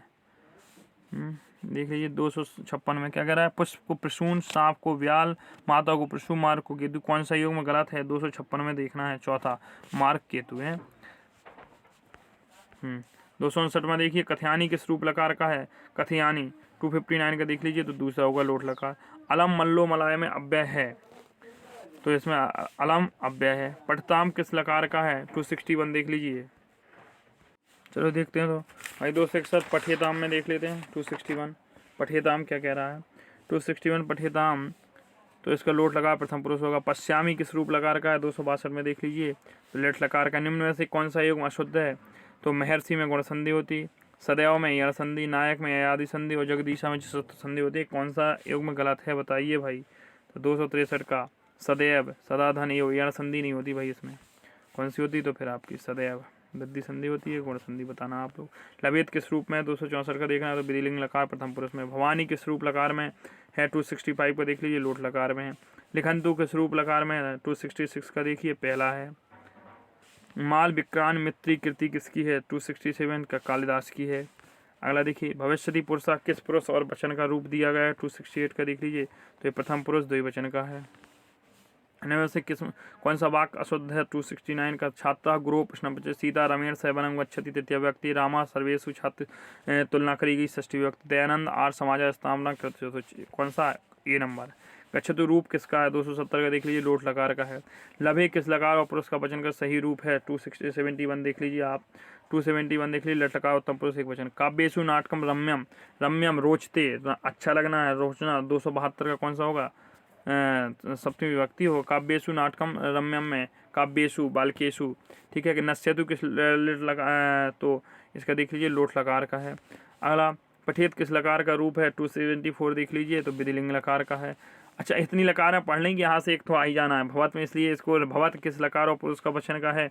275 का दूसरा होगा लट लकार मध्यम पुरुष बहुवचन का। संस्कृत वर्णों का क्रम किस पद्धति के आधार पर होता है? वैज्ञानिक, अवैज्ञानिक, मनोवैज्ञानिक, ये सभी। 276 का देखिए, वैज्ञानिक पद्धति पर है। बश्चयम किस लकार का है? 276 देखिए, वन का। बस खत्म होने वाले, अब समास के क्वेश्चन हो जाएंगे यहाँ से। सकलानी विभक्ति और वचन, क्योंकि आप लोग भी उब गए होंगे, तो प्रथमा बहुवचन है। बस्सेहु किस लकार और पुरुष का वचन है? 279 देखिए, विधिलिंग लकार प्रथम पुरुष बहुवचन का है। लितुलसानाम सूत्रा किसको? लितुलसानाम दंतः, आगे सूत्र। पितरों में कौन सा समास है? पितरों में 281 में देखिए भाई, पितरों में कौन सा समास है? द्वंद्व समास है। पितरों मात्रा चाहे एक से द्वंद्व है, हमने कहा था स्त्रीलिंग पुल्लिंग दोनों होंगे तो एक ही बन जाता। पीताम्बर में कौन सा समास है? 282, जो समझाने की चीज़ें वही समझाएंगे ना। पीताम्बरा में बहुब्रीहि समास है। कार्यम यहाँ प्रकृति प्रत्यय है। कार्यम में 283 में भाई बताइए क्या होता है? तो 283 में क्रयधन इणत प्रत्यय है। निर्दोष में समास है 284 देख लीजिए, अव्ययीभाव समास होता है। उपगंगम में कौन सा समास है? उपगंगम, जब गंगा के साथ उप प्रत्यय लग गया तो हमें लगता है कि इसका होना चाहिए स्वाहा अव्ययीभाव समास। चतुर्थी तत्पुरुष समास होगा उपदारु, उपदारु में है 286 का देख लीजिए भाई, उपदारु जब यज्ञ। नवरात्रम, नवरात्रों का समूह, तो दुगु होगा कि द्वंद्व होगा? तो 287 का क्या होना चाहिए? पहला दिगु हो गया। 62 की संस्कृत संज्ञा होती है, ये प्राइमरी लेवल स्टार्ट हो गया ना, जब प्राइमरी लेवल हो गया तो ऐसे ही होंगे। 288 का देख लीजिए, द्विष्ठी होगा। महाशय का उचित समास विग्रह करिए, महानाशय सह। 289 का देख लीजिए, महानाशय। सहा भारा बहती के कर्मवाच बताइए। सहा तो थे, तेन बनेगा इसका। भारा बहती का बना लीजिए भाई, तो तुम्हारा 290 का क्या हो जाएगा? 1 हो जाएगा। तेन भारा उघ्यते। त्रिलोचना में समास है त्रिधन लोचना, तो द्विगु समास हो जाएगा आपका। यशोधना में यशोधना में कौन सा समास है? 292 देख लीजिए भाई, बहुब्रीहि समास है। सरस्वती कंठाभरणम के रचयिता कौन से, पढ़ाया है मैं 293 का पहला भोजराज। लब्धि प्रतिष्ठा में कौन सा समास है, जहाँ प्रतिष्ठा 294 का तीसरा बहुब्रीहि। प्रतिदिनम प्रतिधन दिनम अव्ययीभाव समास है 295 का। अगला दुग्धि में प्रकृति होगी द्वे धन लोट, क्या होगी बताओ भाई 296 में पहला होगा द्वे धन लोट। अगला देखो रामो कृष्णों में कौन सा समास बनेगा, रामो कृष्णों में द्वंद्व समास बनेगा, दोनों पद प्रधान होंगे। समुद्रम में कौन सा समास होगा, तो समुद्रम में 298 में बताइए भाई कौन सा होगा, तो इसमें अव्ययीभाव समास होगा। प्रतिग्रह में कौन सा समास होगा 299 बताइए, अब तो भाई स्पीड बढ़ गई है, अव्ययीभाव समास है। आहू में प्रकृति प्रत्यय बताइए 300 में, तो इसका ब्रूधन लेट होगा। हरिहरव में कौन सा समास होगा 301 में, 301 में बताइए भाई कौन सा होगा, तो इसमें कौन सा होगा 301 में चौथा हो जाएगा द्वंद्व समास हरिहरव। तत्पुरुष समास में कौन सा पद प्रधान होता है, तत्पुरुष समास में कौन सा पद प्रधान होता है आपको बताना है 302 में, तो इसका दूसरा होता है। अब ये प्रधानता के आधार पर समास भी देख लीजिए। तत्पुरुष समास जो आपने यहाँ पर समास आए ही गए हैं, तो आप देखिए भाई पूर्व पद प्रधान पहला पद प्रधान अव्ययीभाव समास में होता है। संख्या पूर्व दिगु संख्या पहले होती दिगु में होता है। उभय पद प्रधान आस्ति दोनों पद प्रधान होते हैं तो द्वंद्व समास हो जाता है। और प्रयाण उत्तर पदार्थ प्रधान उत्तर पद प्रधान होगा तो आपका तत्पुरुष बनता है, ठीक है। और अन्य पदार्थ प्रधानो बहुब्रीहि, अन्य पद अगर प्रधान होगा तो यथाशक्ति में कौन सा होता है अव्ययीभाव होता है। नवरत्नम में कौन सा समूह है, तो नवरत्न 9 समूह है तो दिगु हो जाएगा। संस्कृत किस परिवार की भाषा है, भारत यूरोपीय परिवार द्रविड़ परिवार 305 का बताइए तत्काल में बताइए भाई, भारतीय यूरोपीय परिवार की भाषा। राजपुरुष में कौन सा समास होगा, तत्पुरुष समास होगा। कृष्ण सर्पा में कौन सा समास होगा, कृष्ण काला है, सर्प विशेषता बता रहा और विशेष के रूप में कर्मधारय समास यूज किया जाता है। विशेषता हिंदी में पढ़ाया था तो कुछ हिंदी भी ठोक लिया करो। लंबोदरा में लंबा है जिसका उधर अर्थात बहुब्रीहि समास हो गया। मघवा शब्द का पर्यायवाची है 399 309 का देख लीजिए भाई 309, तो इसका चौथा हो जाएगा इंद्र का। घनश्यामा में कौन सा समास है, घन इति श्यामा, घनी और श्यामा, घन श्यामा भाई बताइए 310 में कौन सा हो, कर्मधारय समास हो जाएगा। अधियत का विलोम पद है, ये कुछ डार्कनेस बढ़ रही, अधियत का विलोम शब्द 311 का आपको बताना है, तो इसका क्या होगा अन्धियत। चतुर्मुख में कौन सा समास है, 4 मुखों का समूह चतुर्मुख, अर्थात चतुर्मुखी किसको कहते हैं 312 का देख लीजिए तो बहुब्रीहि हो जाएगा।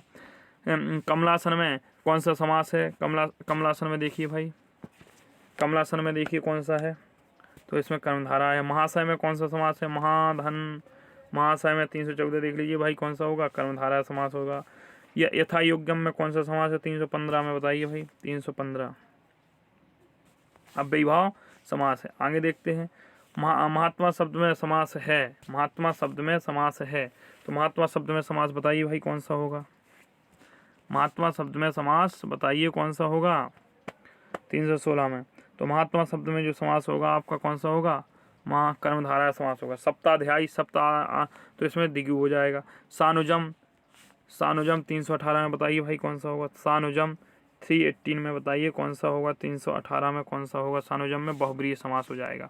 क्यों होगा, क्योंकि बहुब्रीहि समास में हमने आपको बताया था कि कभी कभी इसमें साकी योग में भी बहुब्रीहि हो जाता है। सह को विकल्प से सा हो जाता है, अर्जुन सह सा अर्जुन तो ये क्या होता है तुल्य योग बहुब्रीहि बनता है यहाँ, ठीक है। सह को विकल्प स्वरूप मान लेते, ठीक है। अगला देखिए कवि का स्त्रीलिंग क्या होगा, कवियत्री होगा, बहुत सरल है 319 का देख लीजिए 3 हो गया। चतुर्थी विभक्ति अथवा चतुर्थी विभक्ति का प्रयोग कर, चतुर्थी विभक्ति काय में होती है भाई संप्रदान कारक में होती है, तो तीसरा होगा। तृतीय विभक्ति किसकी होती है, करण कारक की होती है। बीदस का स्थायी भाव क्या होता है, उत्साह होता है। द्वितीय विभक्ति क्या होता है, कर्म कारक होता है। रामा ग्रंथा पठति वाक्य ग्रंथ में कौन सा है, रामा ग्रंथा पठति, रामा ग्रंथा पठति ग्रंथ कर्म कारक है, तो 324 का कौन सा हो जाएगा, 1 हो जाएगा। आगे देखते हैं दोस्तों, कुछ आपके शिक्षा सूत्र के भी सवाल हैं, एक ही क्लास में इसको ख़त्म कर लेते हैं, ठीक है।